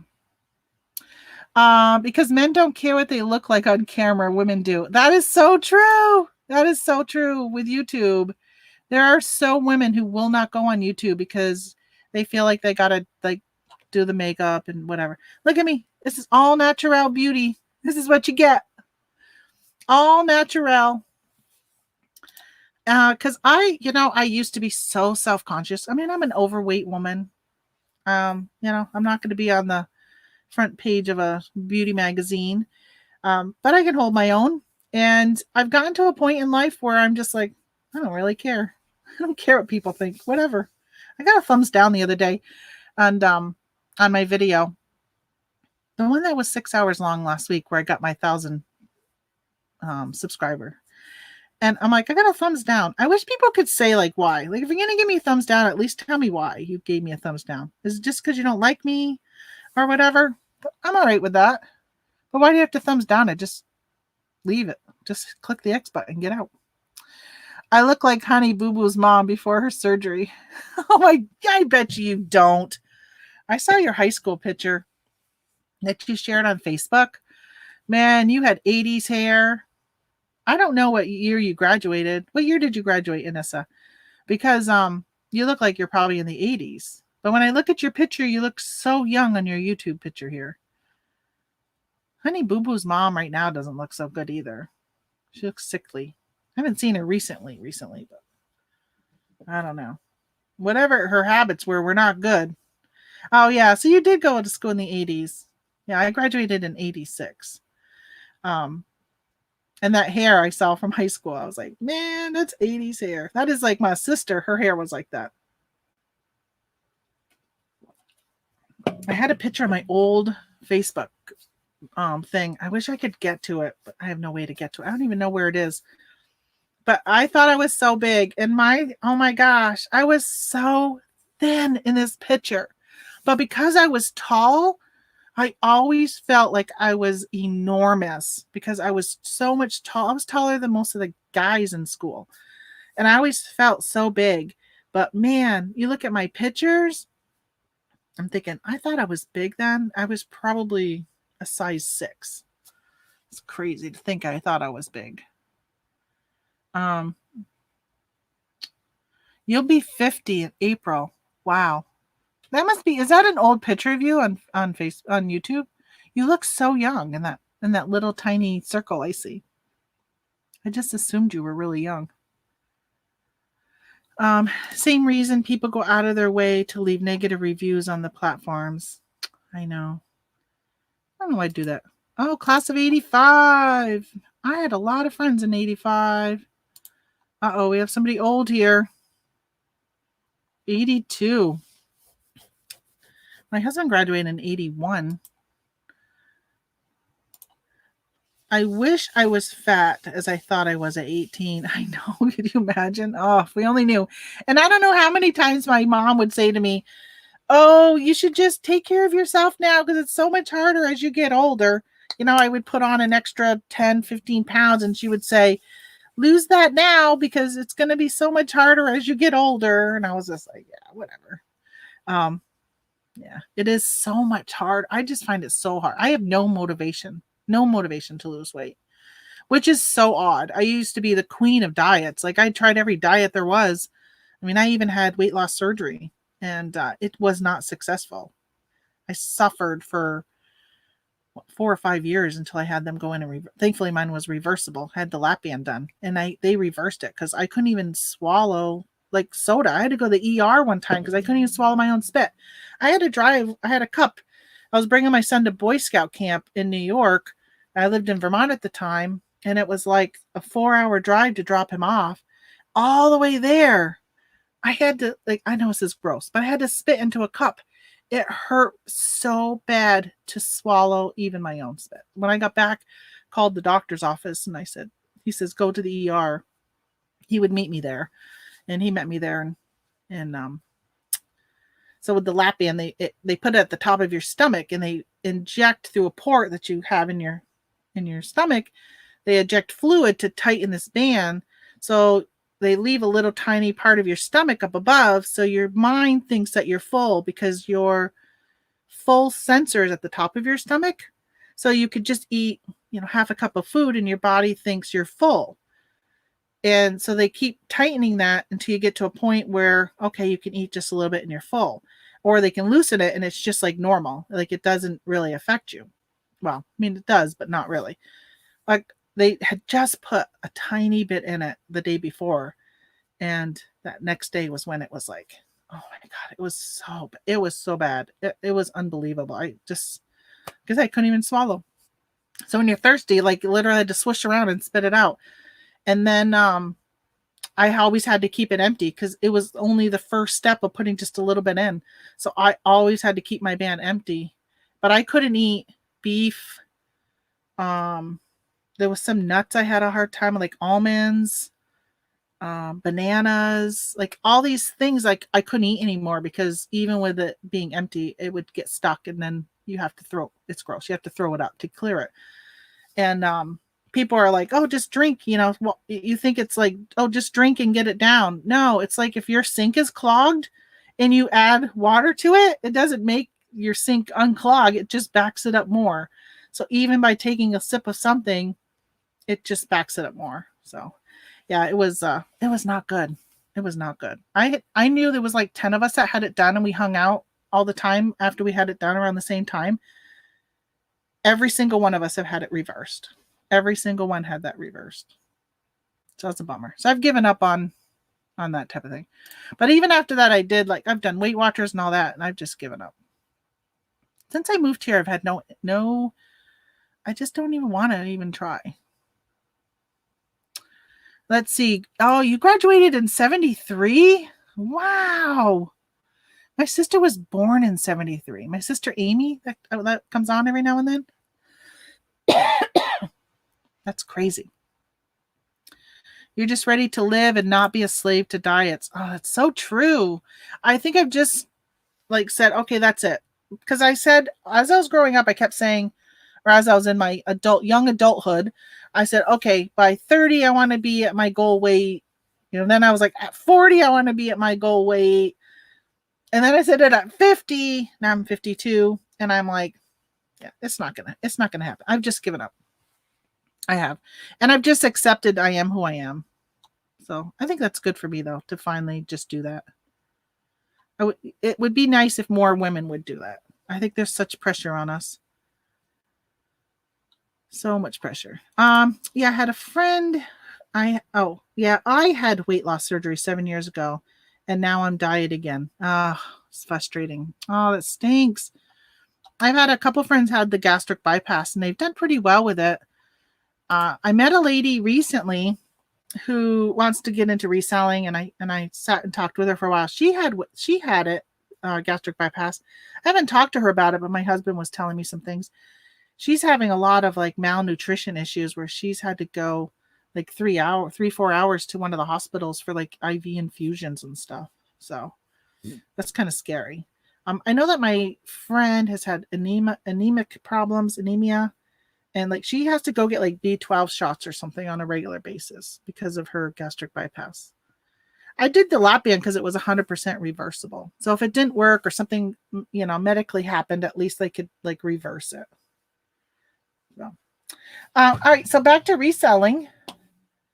So Anissa, you were saying about your reports. So I'm going to share my eBay screen. And then I'm going to tell you how pathetic I feel right now with my eBay sales. Even though you guys see my sales, here we go. If you look at this is like horrible. Look at my sales are at $3,900. I was at $8,000, $8,000 in December. Like my sales have 50% lower. Oh, it's crazy. Okay, so this is what I would do. This is what I guess I'll show you what you need to do if you're doing your own accounting like I do, because I take it and then I manually enter it into, I use Inventory Lab because that pulls all my Amazon, which Amazon is even worse if you're tracking stuff. So I am on managed payments. Under managed payments, there is this reports. I wasn't using this. I don't know why I wasn't, but I wasn't using this. I was just going to, when you get your invoice every month, they send you a message saying you've been invoiced. Well, I would just open up my invoice. So let's pull up this. So this is January's invoice.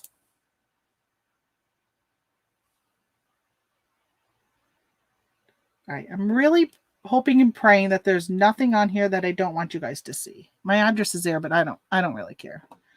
All right. So this is my invoice.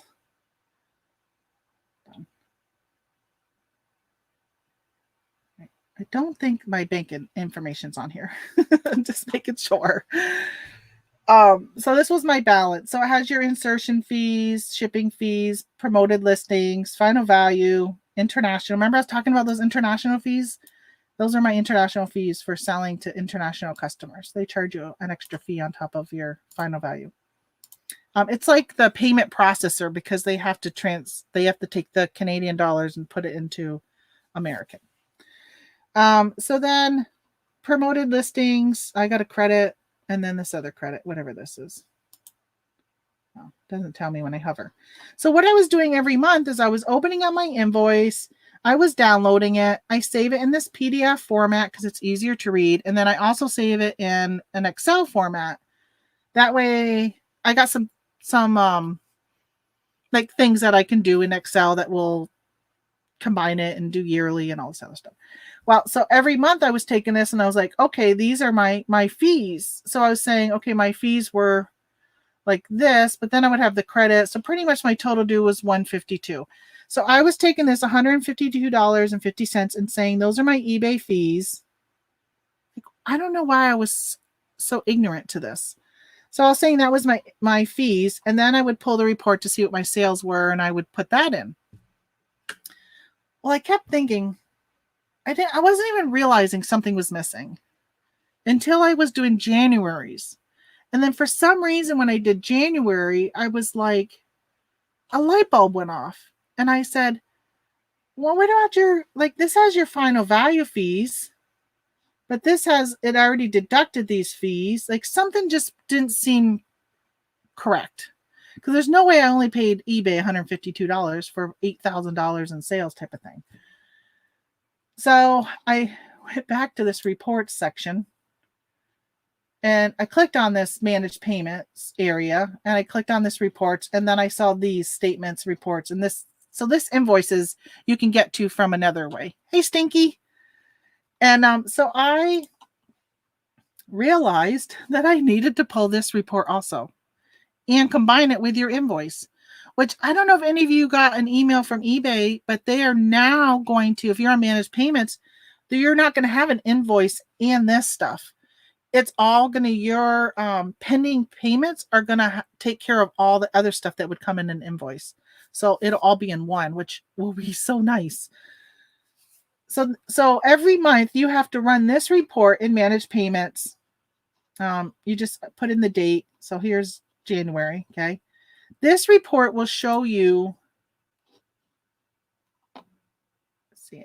I'm probably going to have to share this screen. When I open them, I'm going to have to share this screen.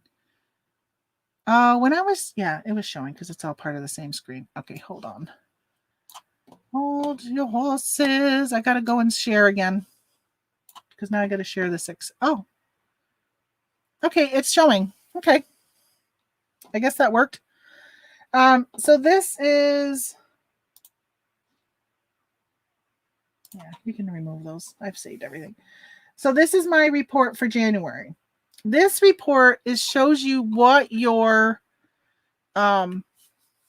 it's Stinky. I don't know if you remember me. I don't remember you. I don't think, have you been here before? I think that's a name I would usually remember. So this report shows you everything that was taken out of your pending payments for your managed payments. So this is a whole nother set of expenses for eBay fees. So you have all of the fees on this, and then you have all of the fees on that other report. You have to have both of them. I was only doing that one invoice. Big difference. Oh, it's on my other computer upstairs. I already have the numbers totaled. So what I do is, so this is the net amount in column K, but down here, wait a minute. Wait a minute. This didn't pull right. Where is my shipping? This report is incorrect.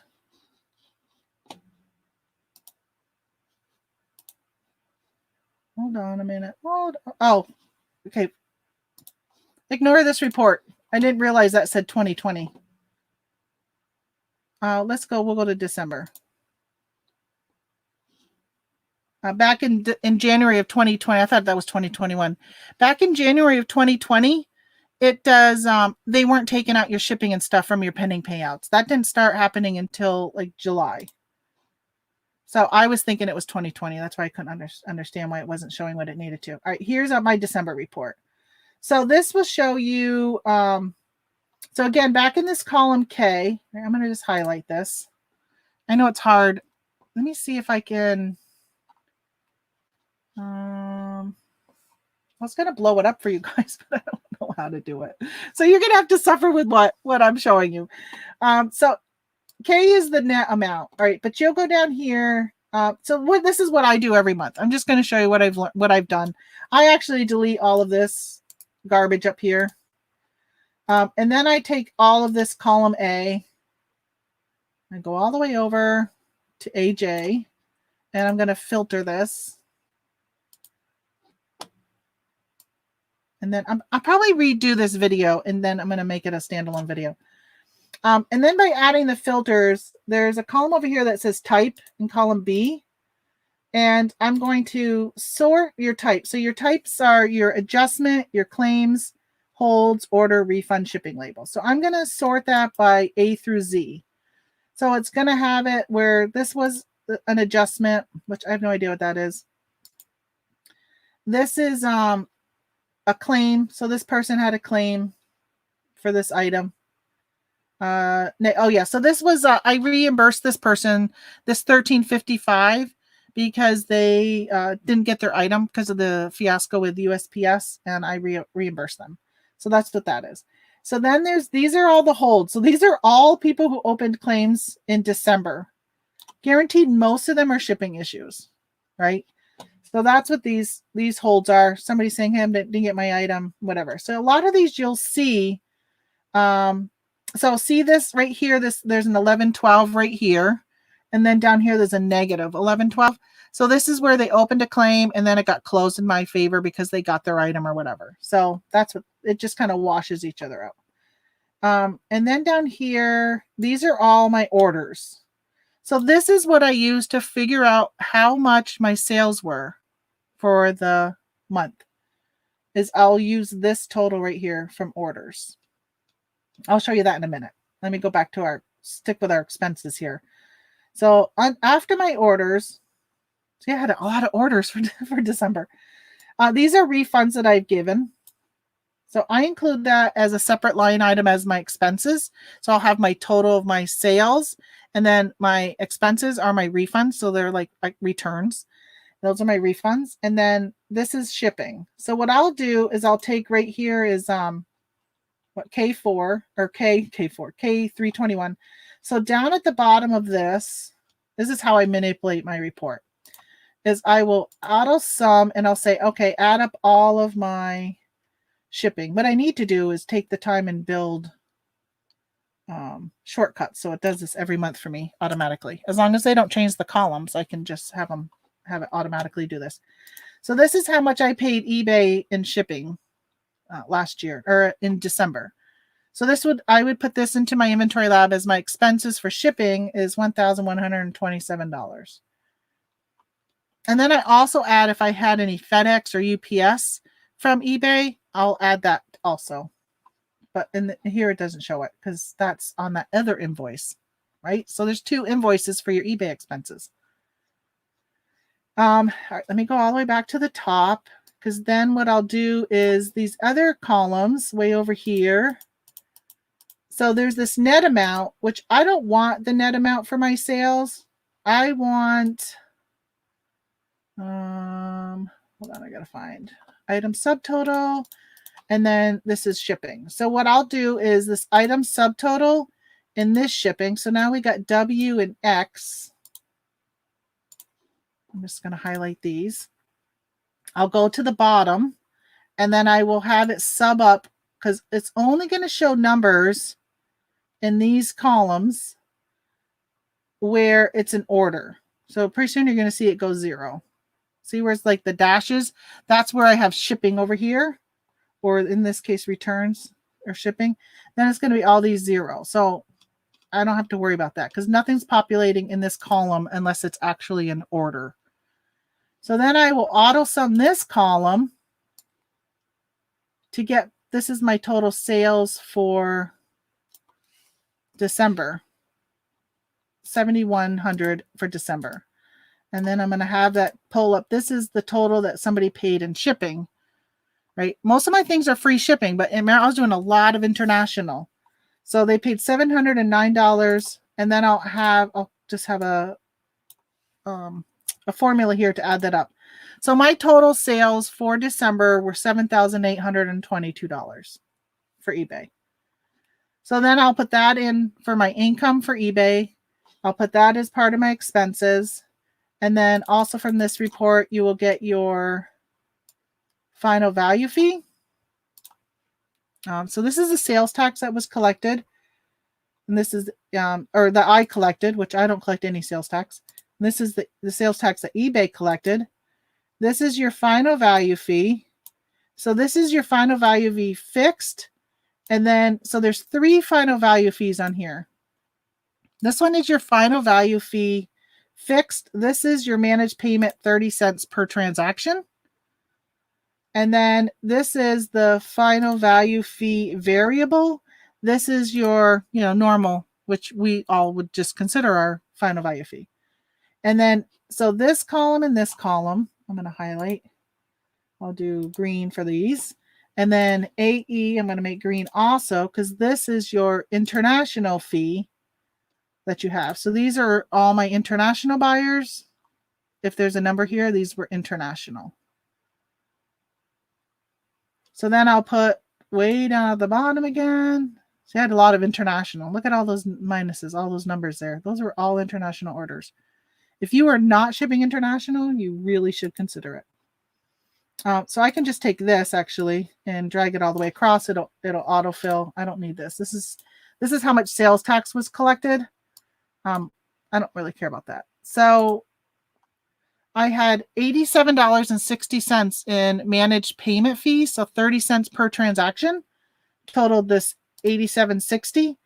And then my final value fees were $820.85.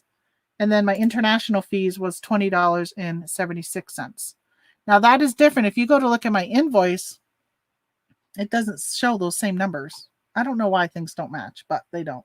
I just use these numbers on this report because this is what came out of my payouts. So I was charged these expenses from my payouts.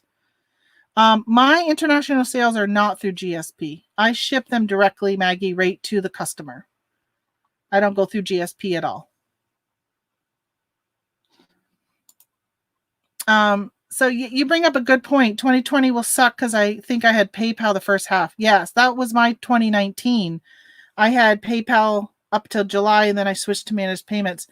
I didn't get a 1099 from PayPal or eBay last year. So it was all on my honor system of saying what my sales were.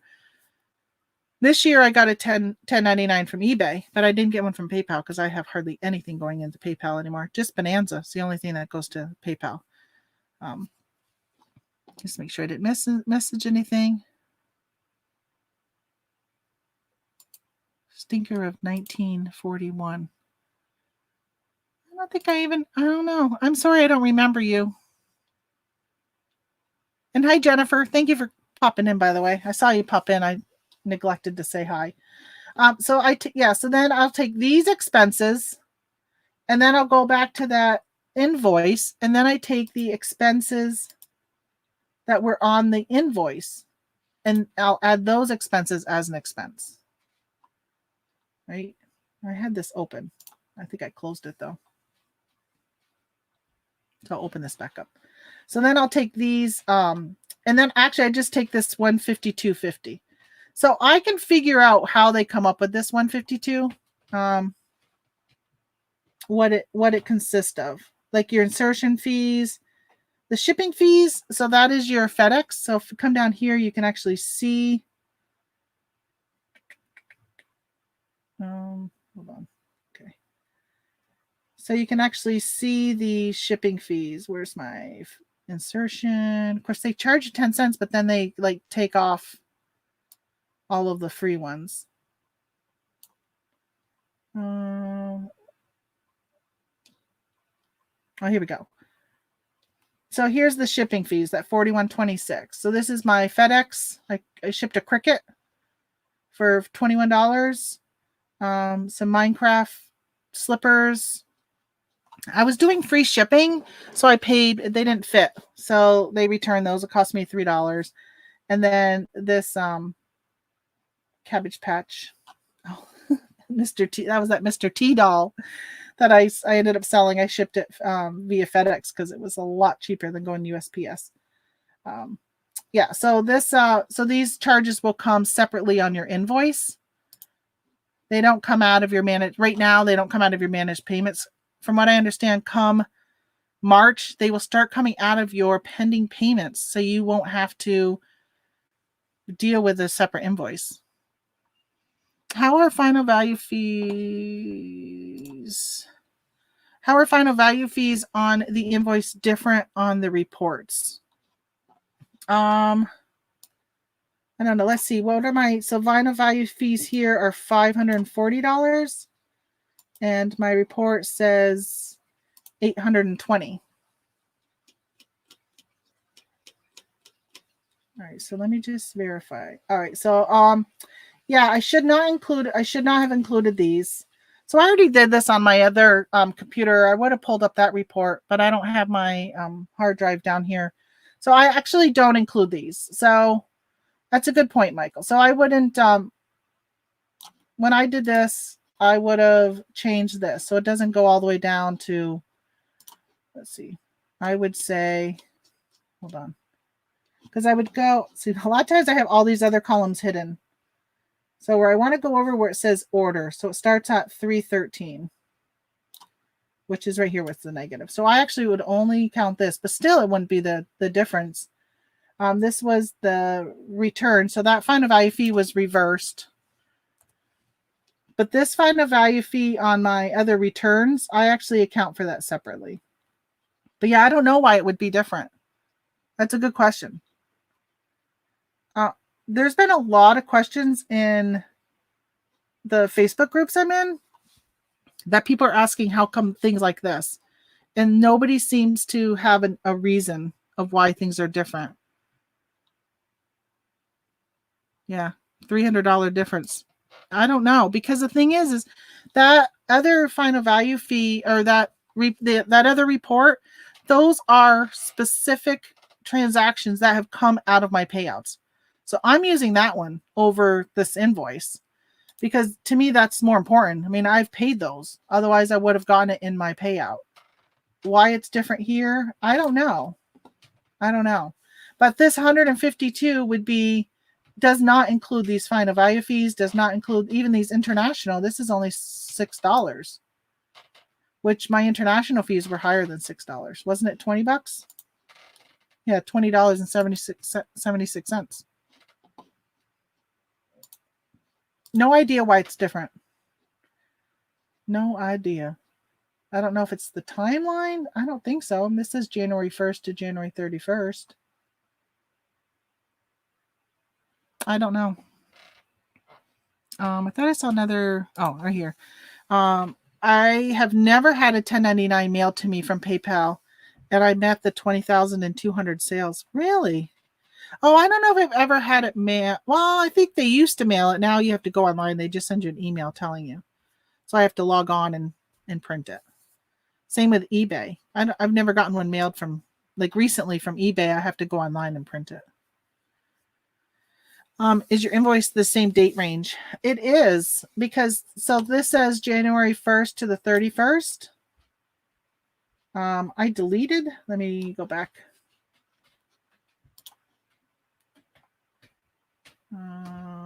Well, it does include an extra day because the report came up as December 31st. Oh, no, that's the invoice. Oh, so the invoice date range is December 31st to January 30th, although it doesn't show that on the top of the invoice. My report that I pulled is for... Oh. All right, you're right. Hold on. I pulled up the wrong invoice. I pulled up the invoice for January because originally I was doing January, but this was December. Hold on. You're so smart, Michael. Where is December's? Oh, right here is December's. That's what it is. I didn't have the right invoice. Oh my goodness. Good thing I'm going to redo this for the real video I'm going to put up. All right, so yeah. Final value fees here say $9.23. What do mine say? $8.34.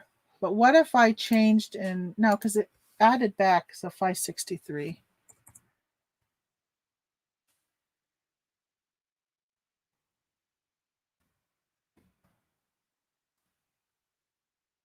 I wonder if it's probably including this one too, though. So it might be the combination of both of these. Let's see, 908, no, because it said 923. So it's a little closer at least, but it's still off because it says 923. But international fees here are now 21, which is closer to what it shows here at 2076. So it's still off a little bit. I did sell something. Let's see what I sold. I sold those winter boots. That's awesome. I sold some. So I had these winter boots on Poshmark too. I sold them for $48 on eBay. They offered me like $10 on Poshmark. I was like, what? for these winter boots? No. I'm telling you, I've been getting so many low balls. It has been crazy, the low balls. I've heard people say that before, but I've never experienced it to the extent I'm getting it now. It's crazy. You should have someone on eBay as a guest to explain this. Yeah, I don't think eBay goes on any really channels. I guess I could ask them. I'd like to know why the numbers are different. I guess what I could do is all right, so let me just close this and make sure I'm on December. Where's my pen and paper? Well, I could just write. So 9/23/52. 9/23/52. Well, this is what I normally would do, because I'm like, I love to find needles in a haystack. So if something is off, I want to know why it's off. So $15.07 is on here more than is on my invoice more than what I got. So what is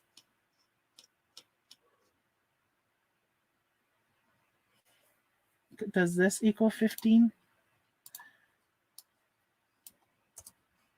No, 13. And I know there was one up here.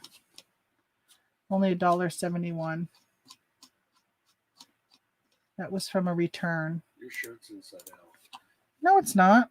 Your tag's hanging out the back. This my shirt's inside out. Oh, no, it's just hanging out the back. It's not inside out. You got all your mail package? Oh, look there's my 15.7. I do. Are you ready to go bring it? Get it in the bag. Okay, hold on. I got to grab a bag.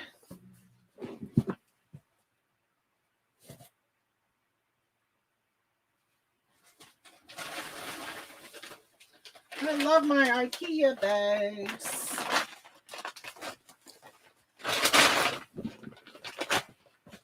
Oh my gosh, that book is heavy.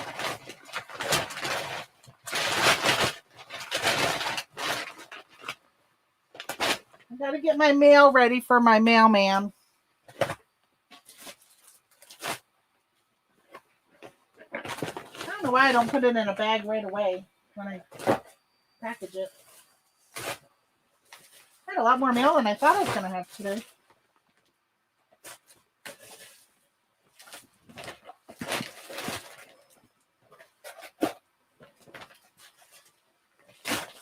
Okay.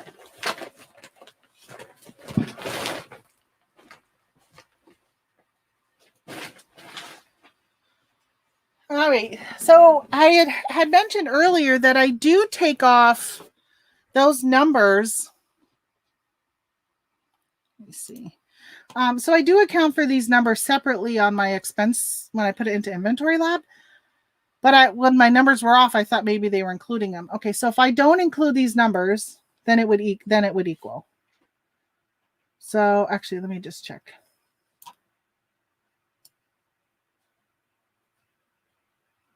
$22 and $313. I'm gonna probably go to Malone. Oh, you are? Where's my car? Probably. Okay. Buy a scope for that gun. You're definitely gonna need to get gas then. I wish I would have stopped at the reservation and put some in yesterday. So now these numbers match. And then I have to account for that 1507 separately. Hey, good morning, kids stealing more. Your name's Summer, right? Am I getting that right? Summer, I think. And John Jones. I don't know if I said hi to you, John. I think I may have. I remember you coming in. I always used GoDaddy with PayPal. It always matched. Yeah, how is GoDaddy working now? Maybe you already talked about it. I'm behind in my chat here. Will you please? No one seems to understand my pain. I don't know what that was about. I missed it. I had just gotten to the point where I don't dread doing the taxes. Yeah. I've heard that GoDaddy was still working though. Like when people switched over in the summer. I have the same shirt on for 2 days. The mail finally got delivered after 2 days of no deliveries. That is crazy. I did for 1 year. Yeah, it's hard to juggle Amazon and eBay all the time. It is very difficult. I highly say you cannot be really good with eBay if you're also doing Amazon, and you cannot be really good with Amazon if you're also doing eBay. If you're a one-person team, if you have a warehouse and employees and you're selling on both and you got employees doing both, then I don't think it's as much of an issue. But if you're a one person, the minute you're focusing on one platform, the other platform suffers. It's hard to balance both of them. But I was doing all my accounting, and I sold hold on, let's look.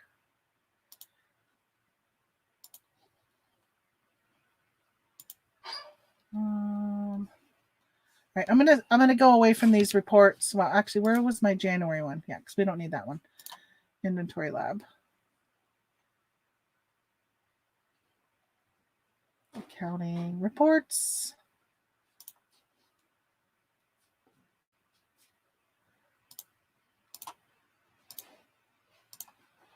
I almost got everything in this. I'm so excited. All right, so my sales last year on all my platforms total, because other income is 59. That's what I did outside of Amazon. Can you guys see all over there? It's kind of getting chopped off a little bit on your screen. I don't know how to move it over. No.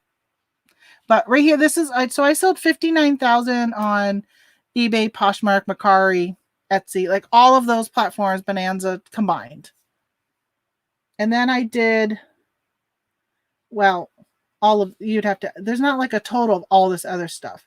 So that's what I did on other platforms. But overall, in all my reselling last year, I sold $189,000 on all my platforms. That includes Amazon. And then my cost of goods, the selling fees. I did a whole video on this a couple weeks ago on how you can enter all this information. If you're an Amazon seller and you're not taking advantage of this section, I highly encourage you to do it. This makes taxes so easy. So easy.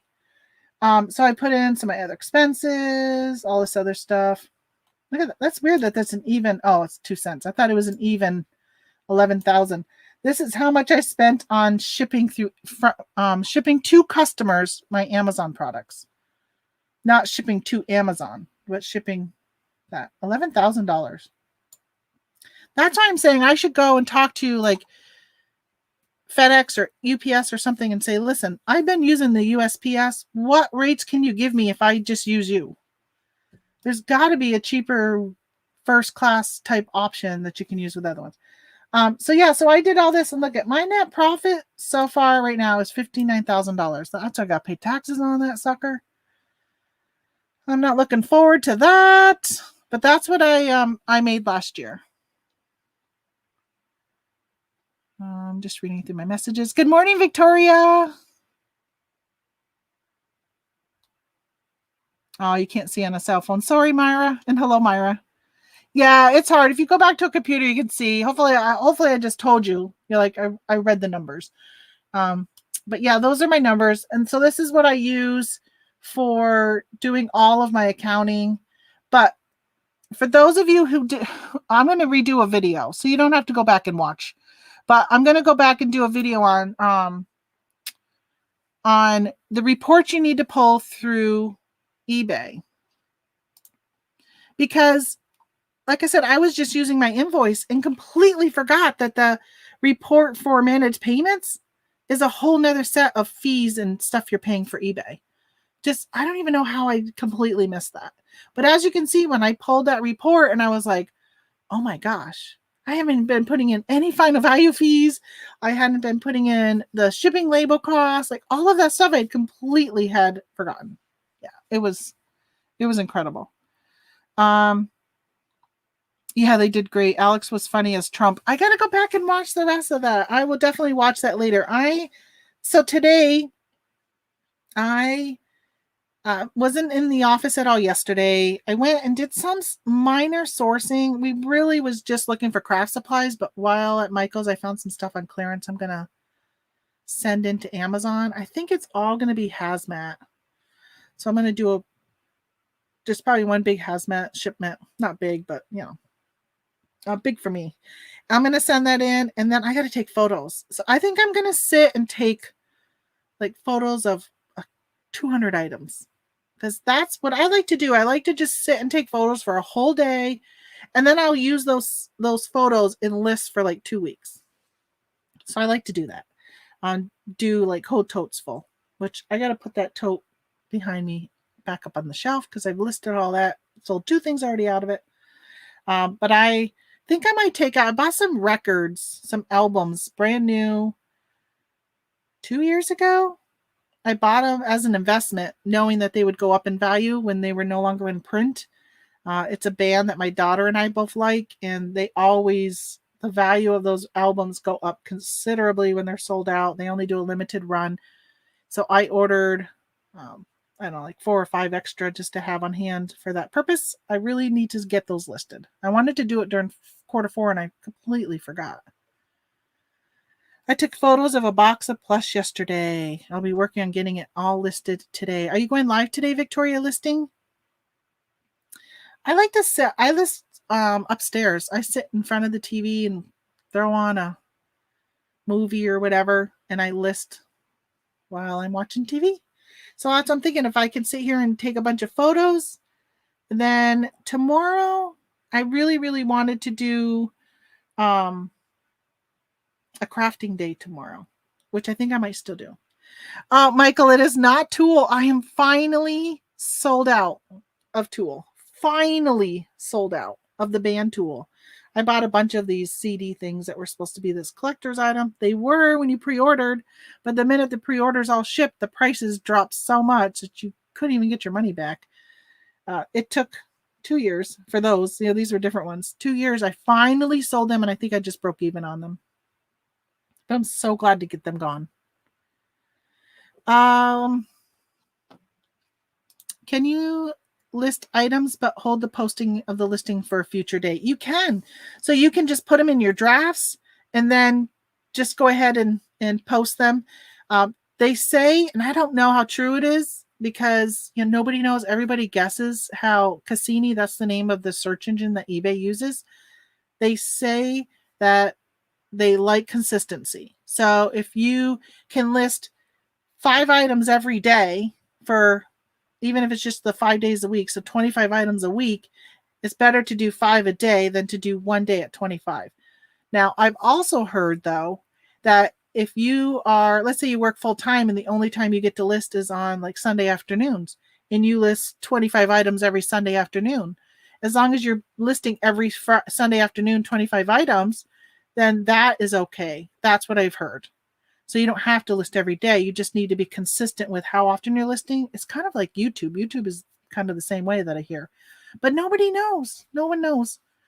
That's why I wanted to start keeping track of how many I listed, how many I sold for the week. And I'm going to do a graph to kind of keep track. Does it make a difference? But now I should add in how often and what days of the week. So am I listing every day for a week? Does that make a difference in my sales the following week? Or if I do, maybe I do it like a month at a time, right? Maybe for 1 month, I list every day, and then I see how my sales patterns are. And then the next month, I only list once a week, but list like 100 items and see how my sale patterns are. I don't know. It'd be interesting to try that just to see.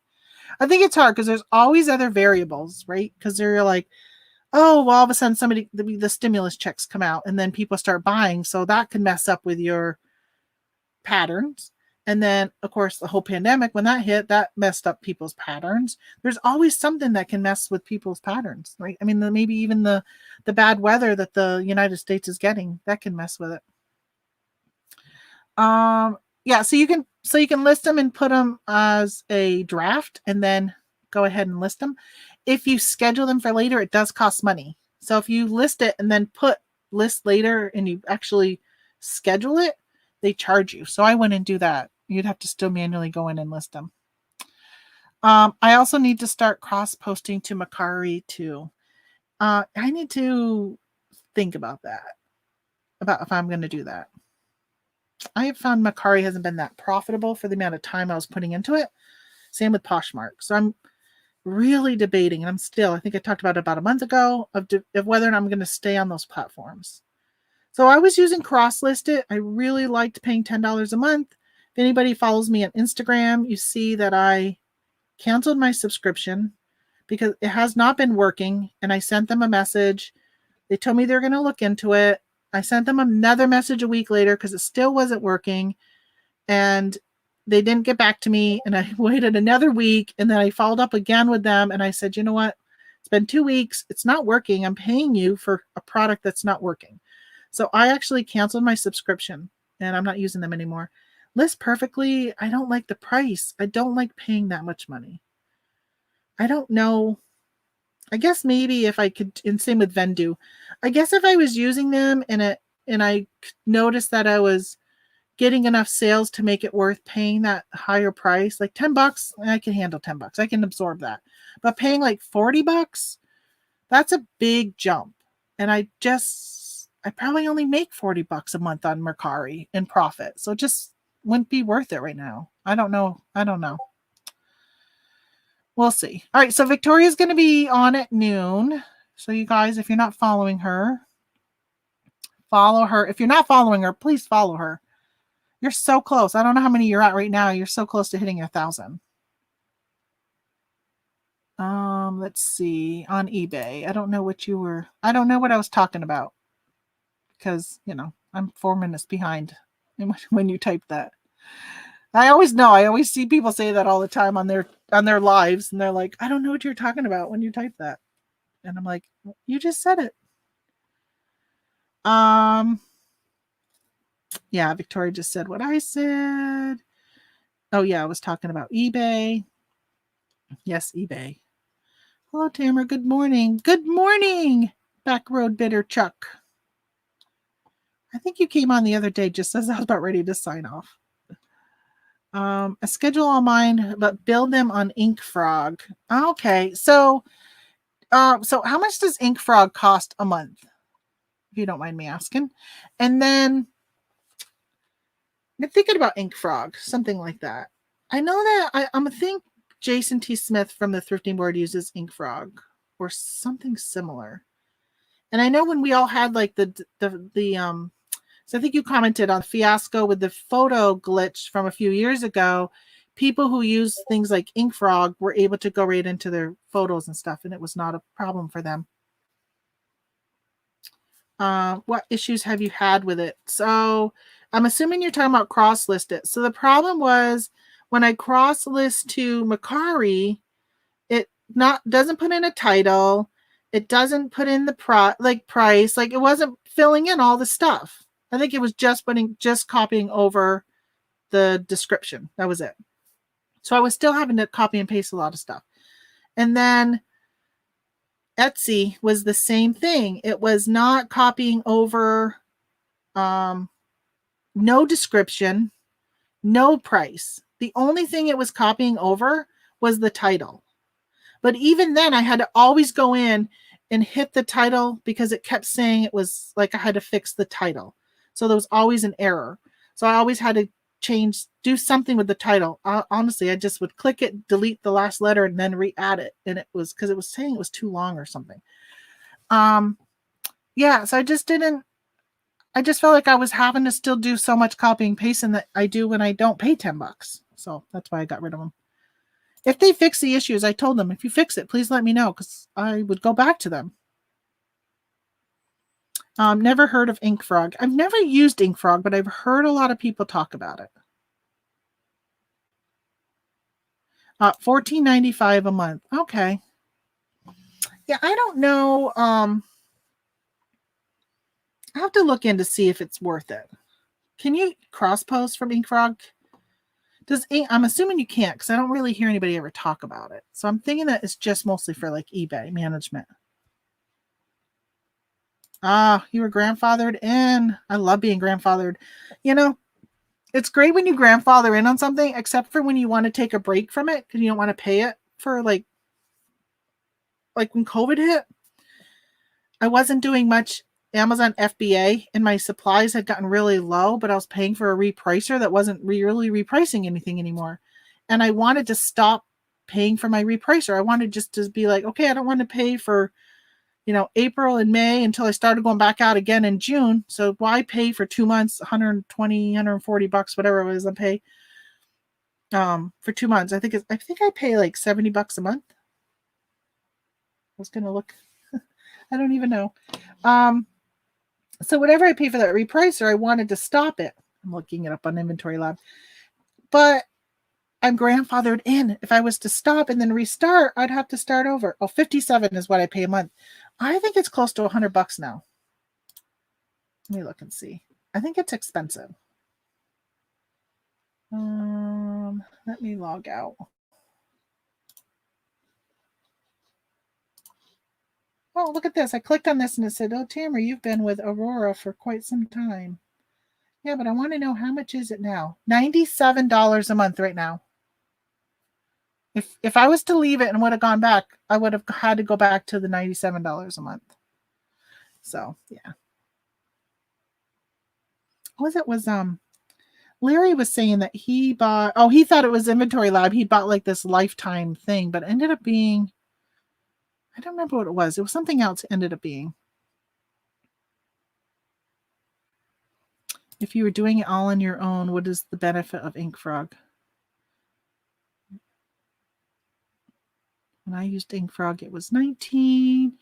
Oh, I'm using List Perfectly and it's worth it for me. You think so? Do you think you get enough sales on those other platforms to help with the pay and still make a profit? Maybe it's just the stuff I'm selling.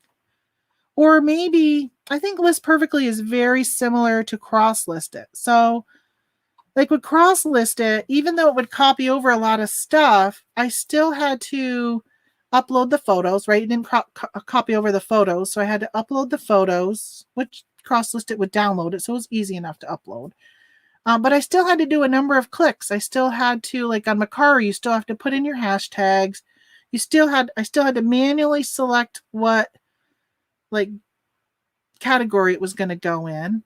I still had to select all of the shipping. So I still feel like there's all these clicks that you still need to do that it would be so easy if it was just like Bonanza and I could just import everything and not have to touch it. I don't know if like on Vendu, if it would do that, if it would just automatically select the categories for you, if you have to do it. So Maggie, you reprice manually.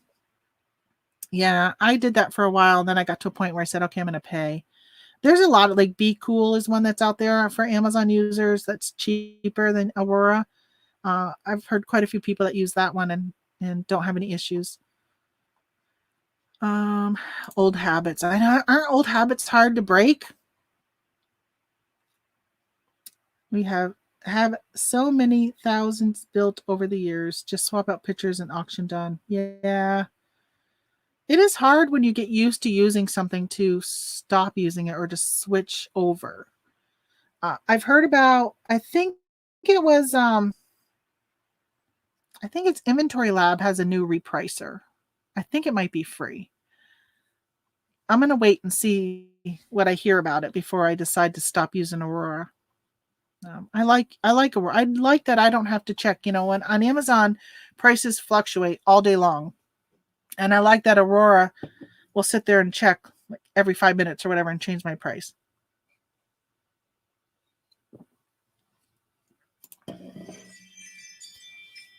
Oh, somebody's at my front door. I think a lot of people did use InkFrog when eBay didn't have that workaround where you could create another account for a VA, like a virtual assistant. I think a lot of people started with InkFrog because of that. Yeah, that too. Goomba. Let's see. Okay, so I use Cross List It, but it didn't speed me up nearly as much as List Perfectly. Okay, does List Perfectly have a free trial period? Because I'd like to try it. They reached out to me on Instagram And I was hoping that they were going to like talk to me and maybe, because, you know, a lot of YouTubers get List Perfectly for free because they're an influencer and whatever. I'm definitely not at that level, but it would be really nice to, you know, I have an audience I could talk to about it, even if I got a discount or something. But I would like to try it first. God, it just seems so expensive. Maybe not. I know you can list on Facebook Marketplace to it. I'm so torn on if I should do Facebook Marketplace. Y'all know I lost my account. They have no customer service. None. So it makes me really, really worried about listing on Facebook Marketplace. If I ever was to have an issue, there's nowhere to go. There's nobody really to deal with. All right, so you still have to do some clicks with List Perfectly, but not as many as Cross List It. I do need to test it out. Oh, so you pay for the higher level, right? Isn't there a higher level where you can list on List Perfectly and then it'll cross post? And then there's a lower level where you list on like eBay and then cross post. From what I understand.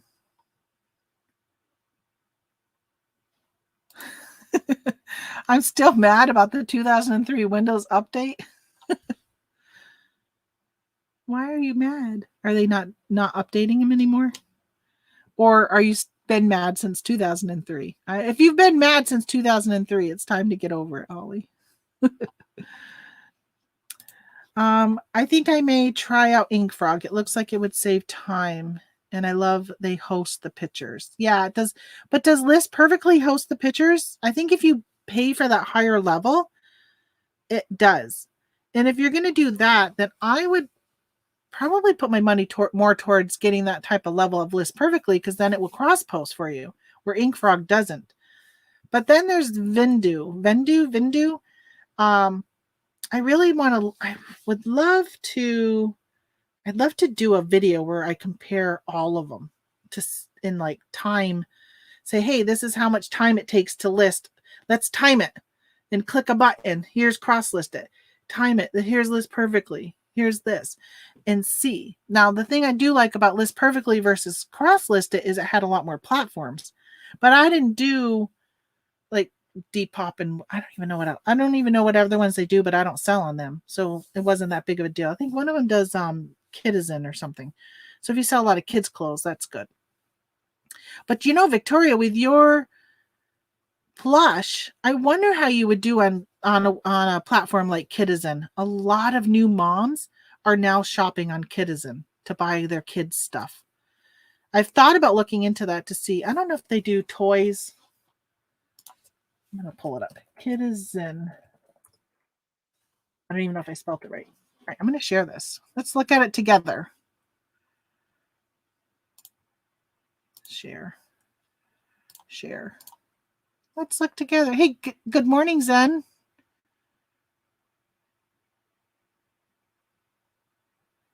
Okay, so Maggie says I tried Vindu and didn't like it very much, but I heard it has gotten better. I was really good at Excel back in the day. Okay. Why is it important that InkFrog holds the pictures? I think it's just because of that time something like was actually when we lost stuff. I just got to click on that to clear out so I don't have to scan. All right, so here's Kidizen. Let's see what they sell. Hopefully I don't have to register. It doesn't look like it. So they got kids clothing, shoes, accessories. Oh, books and toys. So let's click on that. Parenting books, children's books, games and toys, infant toys, toddler toys, kid toys, educational, music, other. Let's just say view all. And I keep hearing this. And if you go on Clubhouse at all, and by the way, if anybody wants a Clubhouse invite, I have invites. Okay, just let me know. On Clubhouse, on the reseller channels, a lot of them talk about Kidizen, especially if you're selling on Poshmark. A lot of them have talked about this website. So there's toys. There's like a plush. Oh, there's a Build-A-Bear. Remember you were just listing a Build-A-Bear the other day, Victoria. Handmade crochet. I don't know if you can look at sold items though.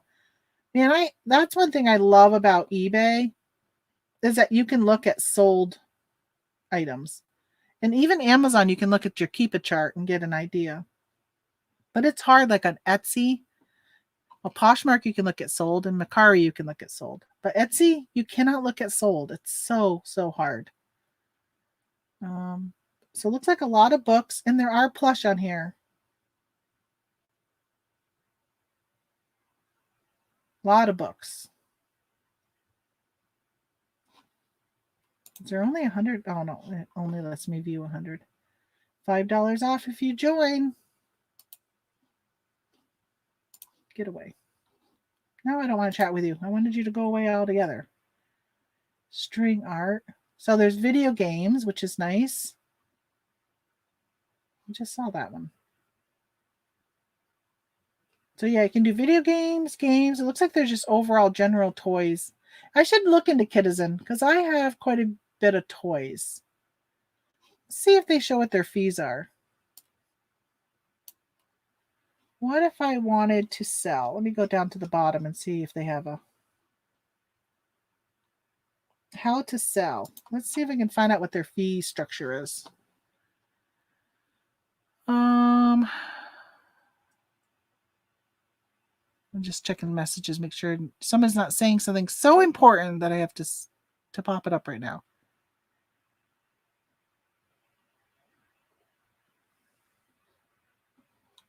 Okay. No time to sell. Work with our personal sellers, the Style Scouts. They sell your outgrown kids' toys. You get paid.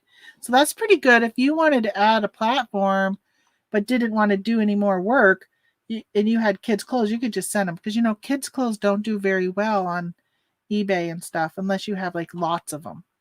Make it not as in a lot, like a lot of them, but like putting in a lot. Like I got 10 kids 2T boy shirts, that type of thing. But individually, if you were to put just one Garanimal shirt, you're not going to sell it for much. Start listing on Kitizen or explore the seller handbook. All right, that's what I want to do. I want to explore your seller handbook. Set up your shop. Download. No, I want to know what your fees are. I don't know if I missed it. Start listing. Get help. All right, let's check this. Updates. Selling. There we go. Here we go. Canceling seller handbook. Maybe it's in here.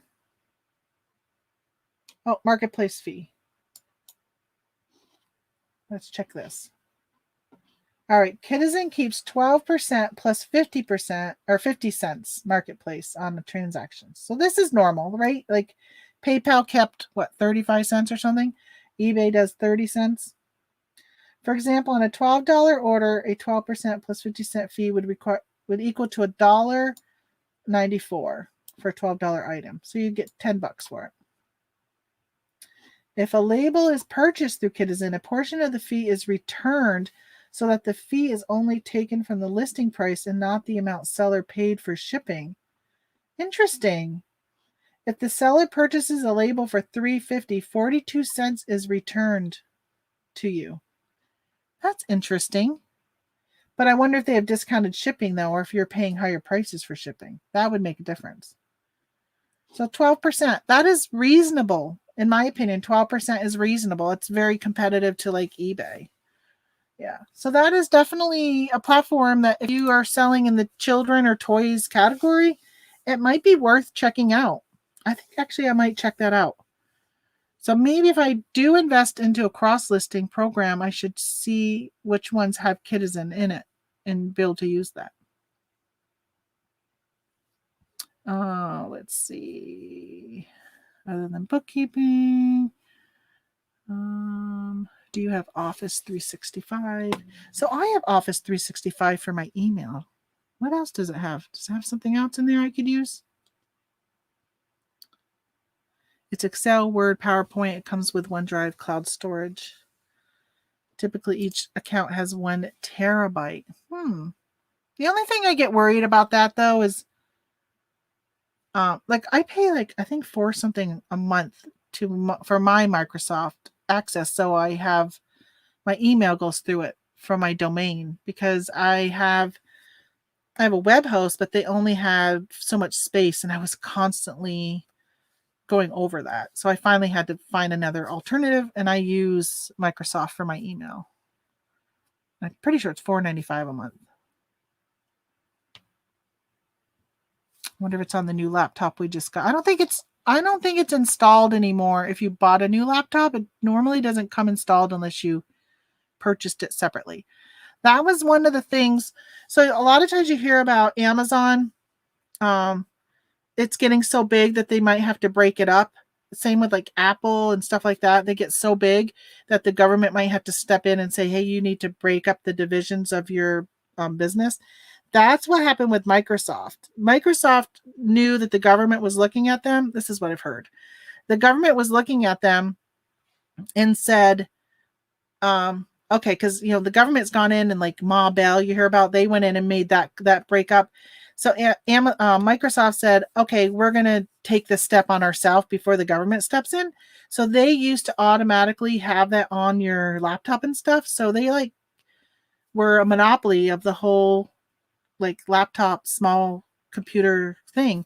And they stopped adding that automatically. So then you had to make choices to go out, and most people still go out and buy Microsoft, but it was one way for them to break up. So they weren't as much of a monopoly anymore. So that's why it doesn't come with it. Remember, I don't know if you remember, like in the 90s, you'd buy any type of computer and it automatically all had Microsoft Office on it. That was Kidizen. Yes. Kidizen.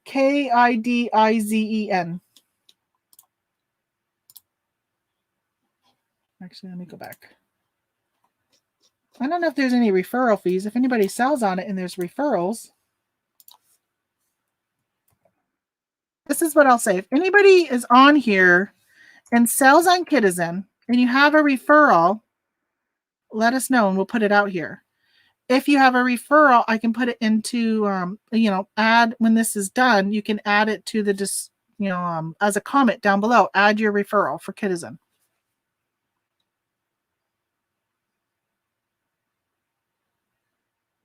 Yeah, it sounds like it'd be better to cross post to Kidizen over Macari. I wonder because I just hear about it so much that I'm wondering if, you're definitely going to get that new mom crowd over there where I guess if you had a vintage stuffed animal, right? Like I don't know, that probably wouldn't do that well on Kidizen. But if you had something that was for like today's kids that they're going to play with, I think it would do well in Kidizen. But not something that's like it probably wouldn't do really well selling like a Funko Pop or something like that. I have the family plan. It gets you 6 accounts. Yeah, I do. Through the military, you can get Microsoft Office for free. Pretty sure it was free, or maybe it was reduced. It was extremely cheap. And I do have it. I have that through that, so I have all the Microsoft stuff on my computers.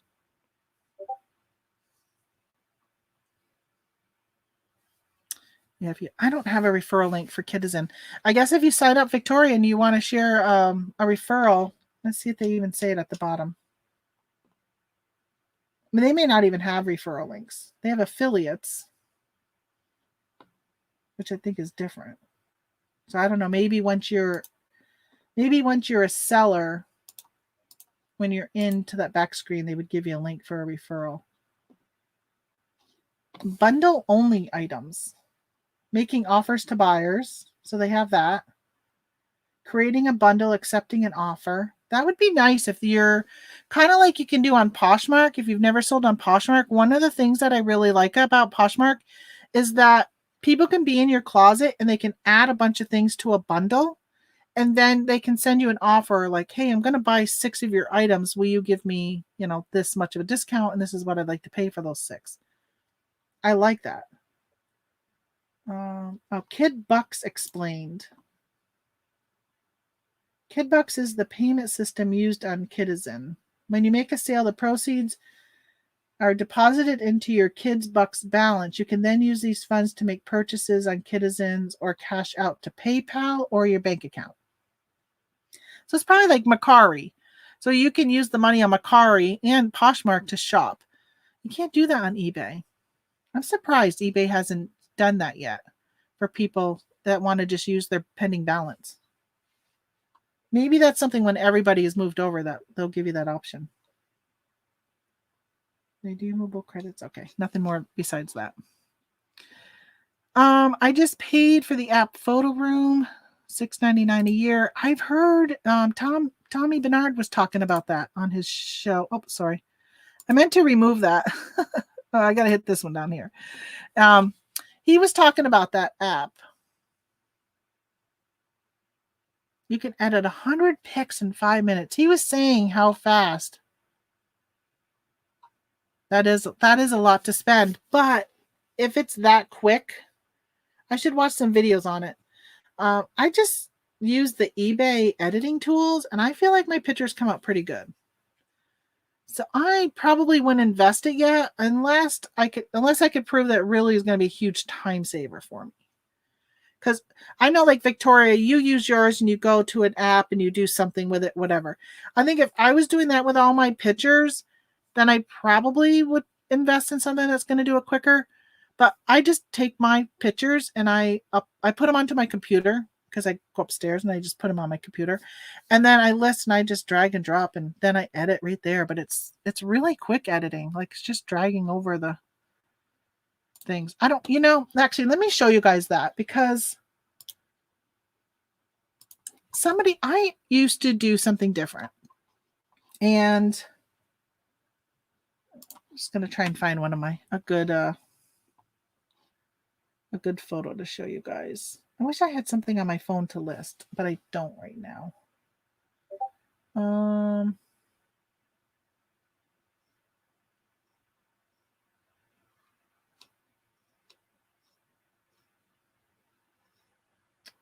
just trying to find a good photo so I can share this with you guys. I got some stock photos in here, so it doesn't really no.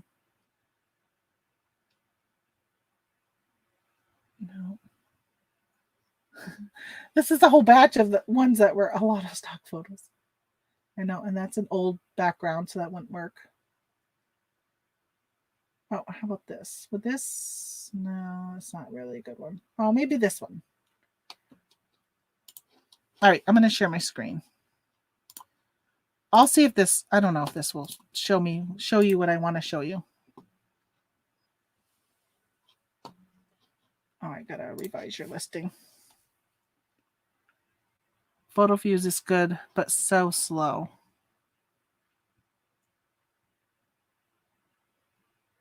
Okay, so there's not an affiliate. Yeah, you should definitely sign up for the affiliate program. Share it. I'd be happy to promote it for anybody who wants to join. All right, so this is a little, this is probably not a very good picture for me to show you as an example. But when I first started doing eBay, so I would upload these photos, right? I drag and drop them over here. And then the picture would show up and it would look like, right? It looks like this. This is what most of my pictures look like when I upload them. They're just like gray, even though I have a white lights and the white background and everything. Everything is just very gray. And I used to just use this right here and hit that and it would lighten it up and I would save it and then go on. Well, then I don't know how I never knew about these. It was probably about a year ago I learned about this sun right here. I would click on that and literally just moving this over a little bit and then I move this over a little bit, it like lightens that. And the more you move it, of course now it's distorted, but if you fiddle with this a little bit, I said this probably wasn't a very good picture, but you can almost remove, yeah, this one wasn't good because it has a shadow right here, but you can almost make it where it's completely white just by playing with these two settings right here. It would make it so white. It was, I mean, it's just like, wow, that was just so much quicker than going to a photo editor or, doing anything like that. Now, I've played with the one that you can use on your phone that eBay gives you. I didn't care for it. Sometimes it just takes away too much and you have to spend all this time coloring stuff back in and all that. So, all right, let me go back and, yeah. So that probably wasn't a very good photo because it didn't make it white, but I do have some that are like really white that I've done. It's just done a really good job with just using that to play with stuff. Tried a black background. I've tried black too. I don't really care for it. I'm just reading. Let's see. I use Photo Room Maggie. Yeah, that's okay. That's what you use, Photo Room too. Okay. I know I was mentioning or seeing your pictures the other day. I made a comment that came out really nice. It's funny because I clicked on your link to look at your listing, and now every time for the last couple of days I go to eBay, it says items you've recently viewed, and I see it was a stuff something. Let's see. Let's see what Victoria right here. Peppa Pig. See, your Peppa Pig pops up.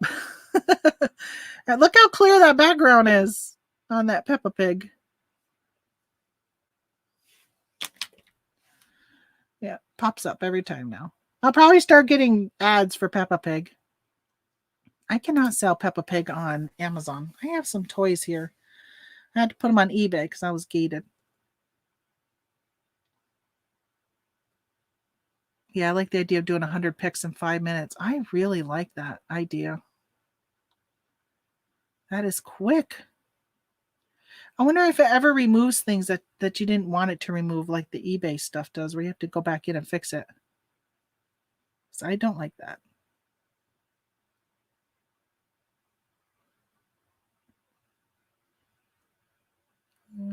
Let's see. Use about white background. I've been using white on white. I have a black background, but I don't know. I'm too lazy. I'm a lazy reseller. I don't like to have to take out the black one and set it out. Then I usually have to like use my lint thing and take the lint off from it before I put something on it to take a picture. Maybe what I need to do is have like a whole tote of just light colored items so I can do all of them at once. That's probably what I need to do. I don't spend a lot of time editing mine either. That's so true though, Michael, on photos. You know how many times when I'm doing research on items and I'll be like, I can't believe that sold. Like that picture is horrible. Or it's sideways, right? They didn't even turn their photo. Um, it's it's on a bed with a bunch of dirty clothes around it, or it's just sometimes it's just horrible.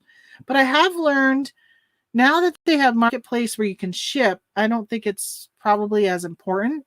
But when you were doing like local marketplace pickup and stuff, people don't want clean photos. They wanted it on your counter, on your bed or whatever. They didn't want you to look like a business. They wanted to buy from a personal person. I don't think that's the case now though as much, because there's a lot of people who are doing very, very well. My mother keeps ordering from Facebook. I like white deodorant. Like white deodorant, use a black background. Yeah, let's see. That's sure I can agree, no problem. Okay. I think I'm gonna call it quits though, because it's almost noon. I can't believe I've been on for almost 3 hours. I literally was like, I'm gonna go on for about an hour, package my stuff, and then take pictures. Um, and it's time to take a bathroom break.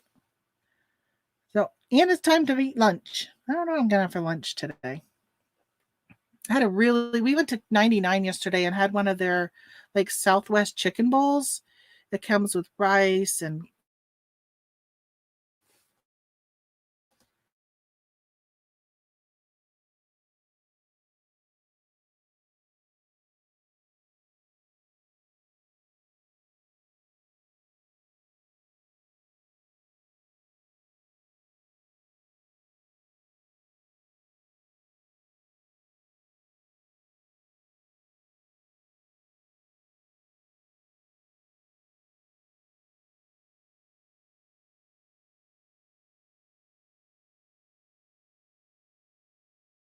cleaner.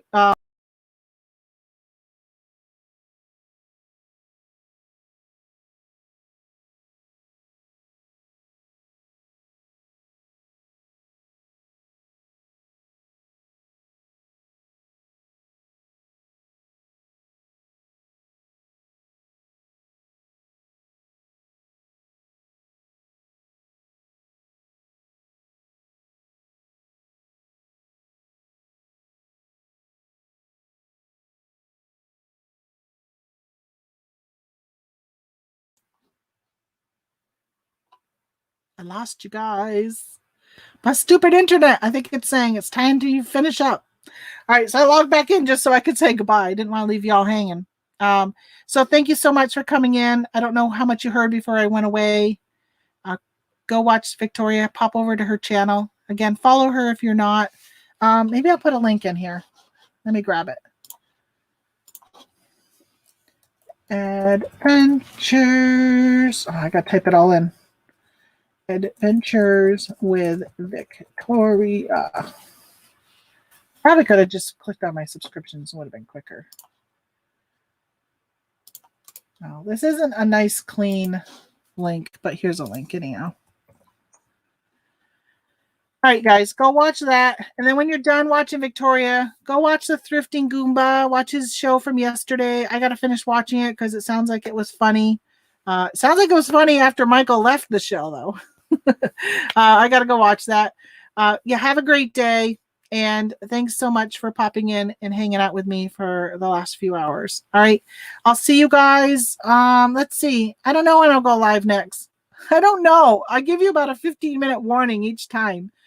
I'll probably go live tomorrow morning because I do have to package some stuff up because I don't want to wait until Monday to mail. So I'll probably package some stuff tomorrow. So I might go live tomorrow. If not, I'll be live on Monday morning. Alrighty. Talk to you guys later. Have a great weekend in case I don't go live tomorrow. All right. Bye.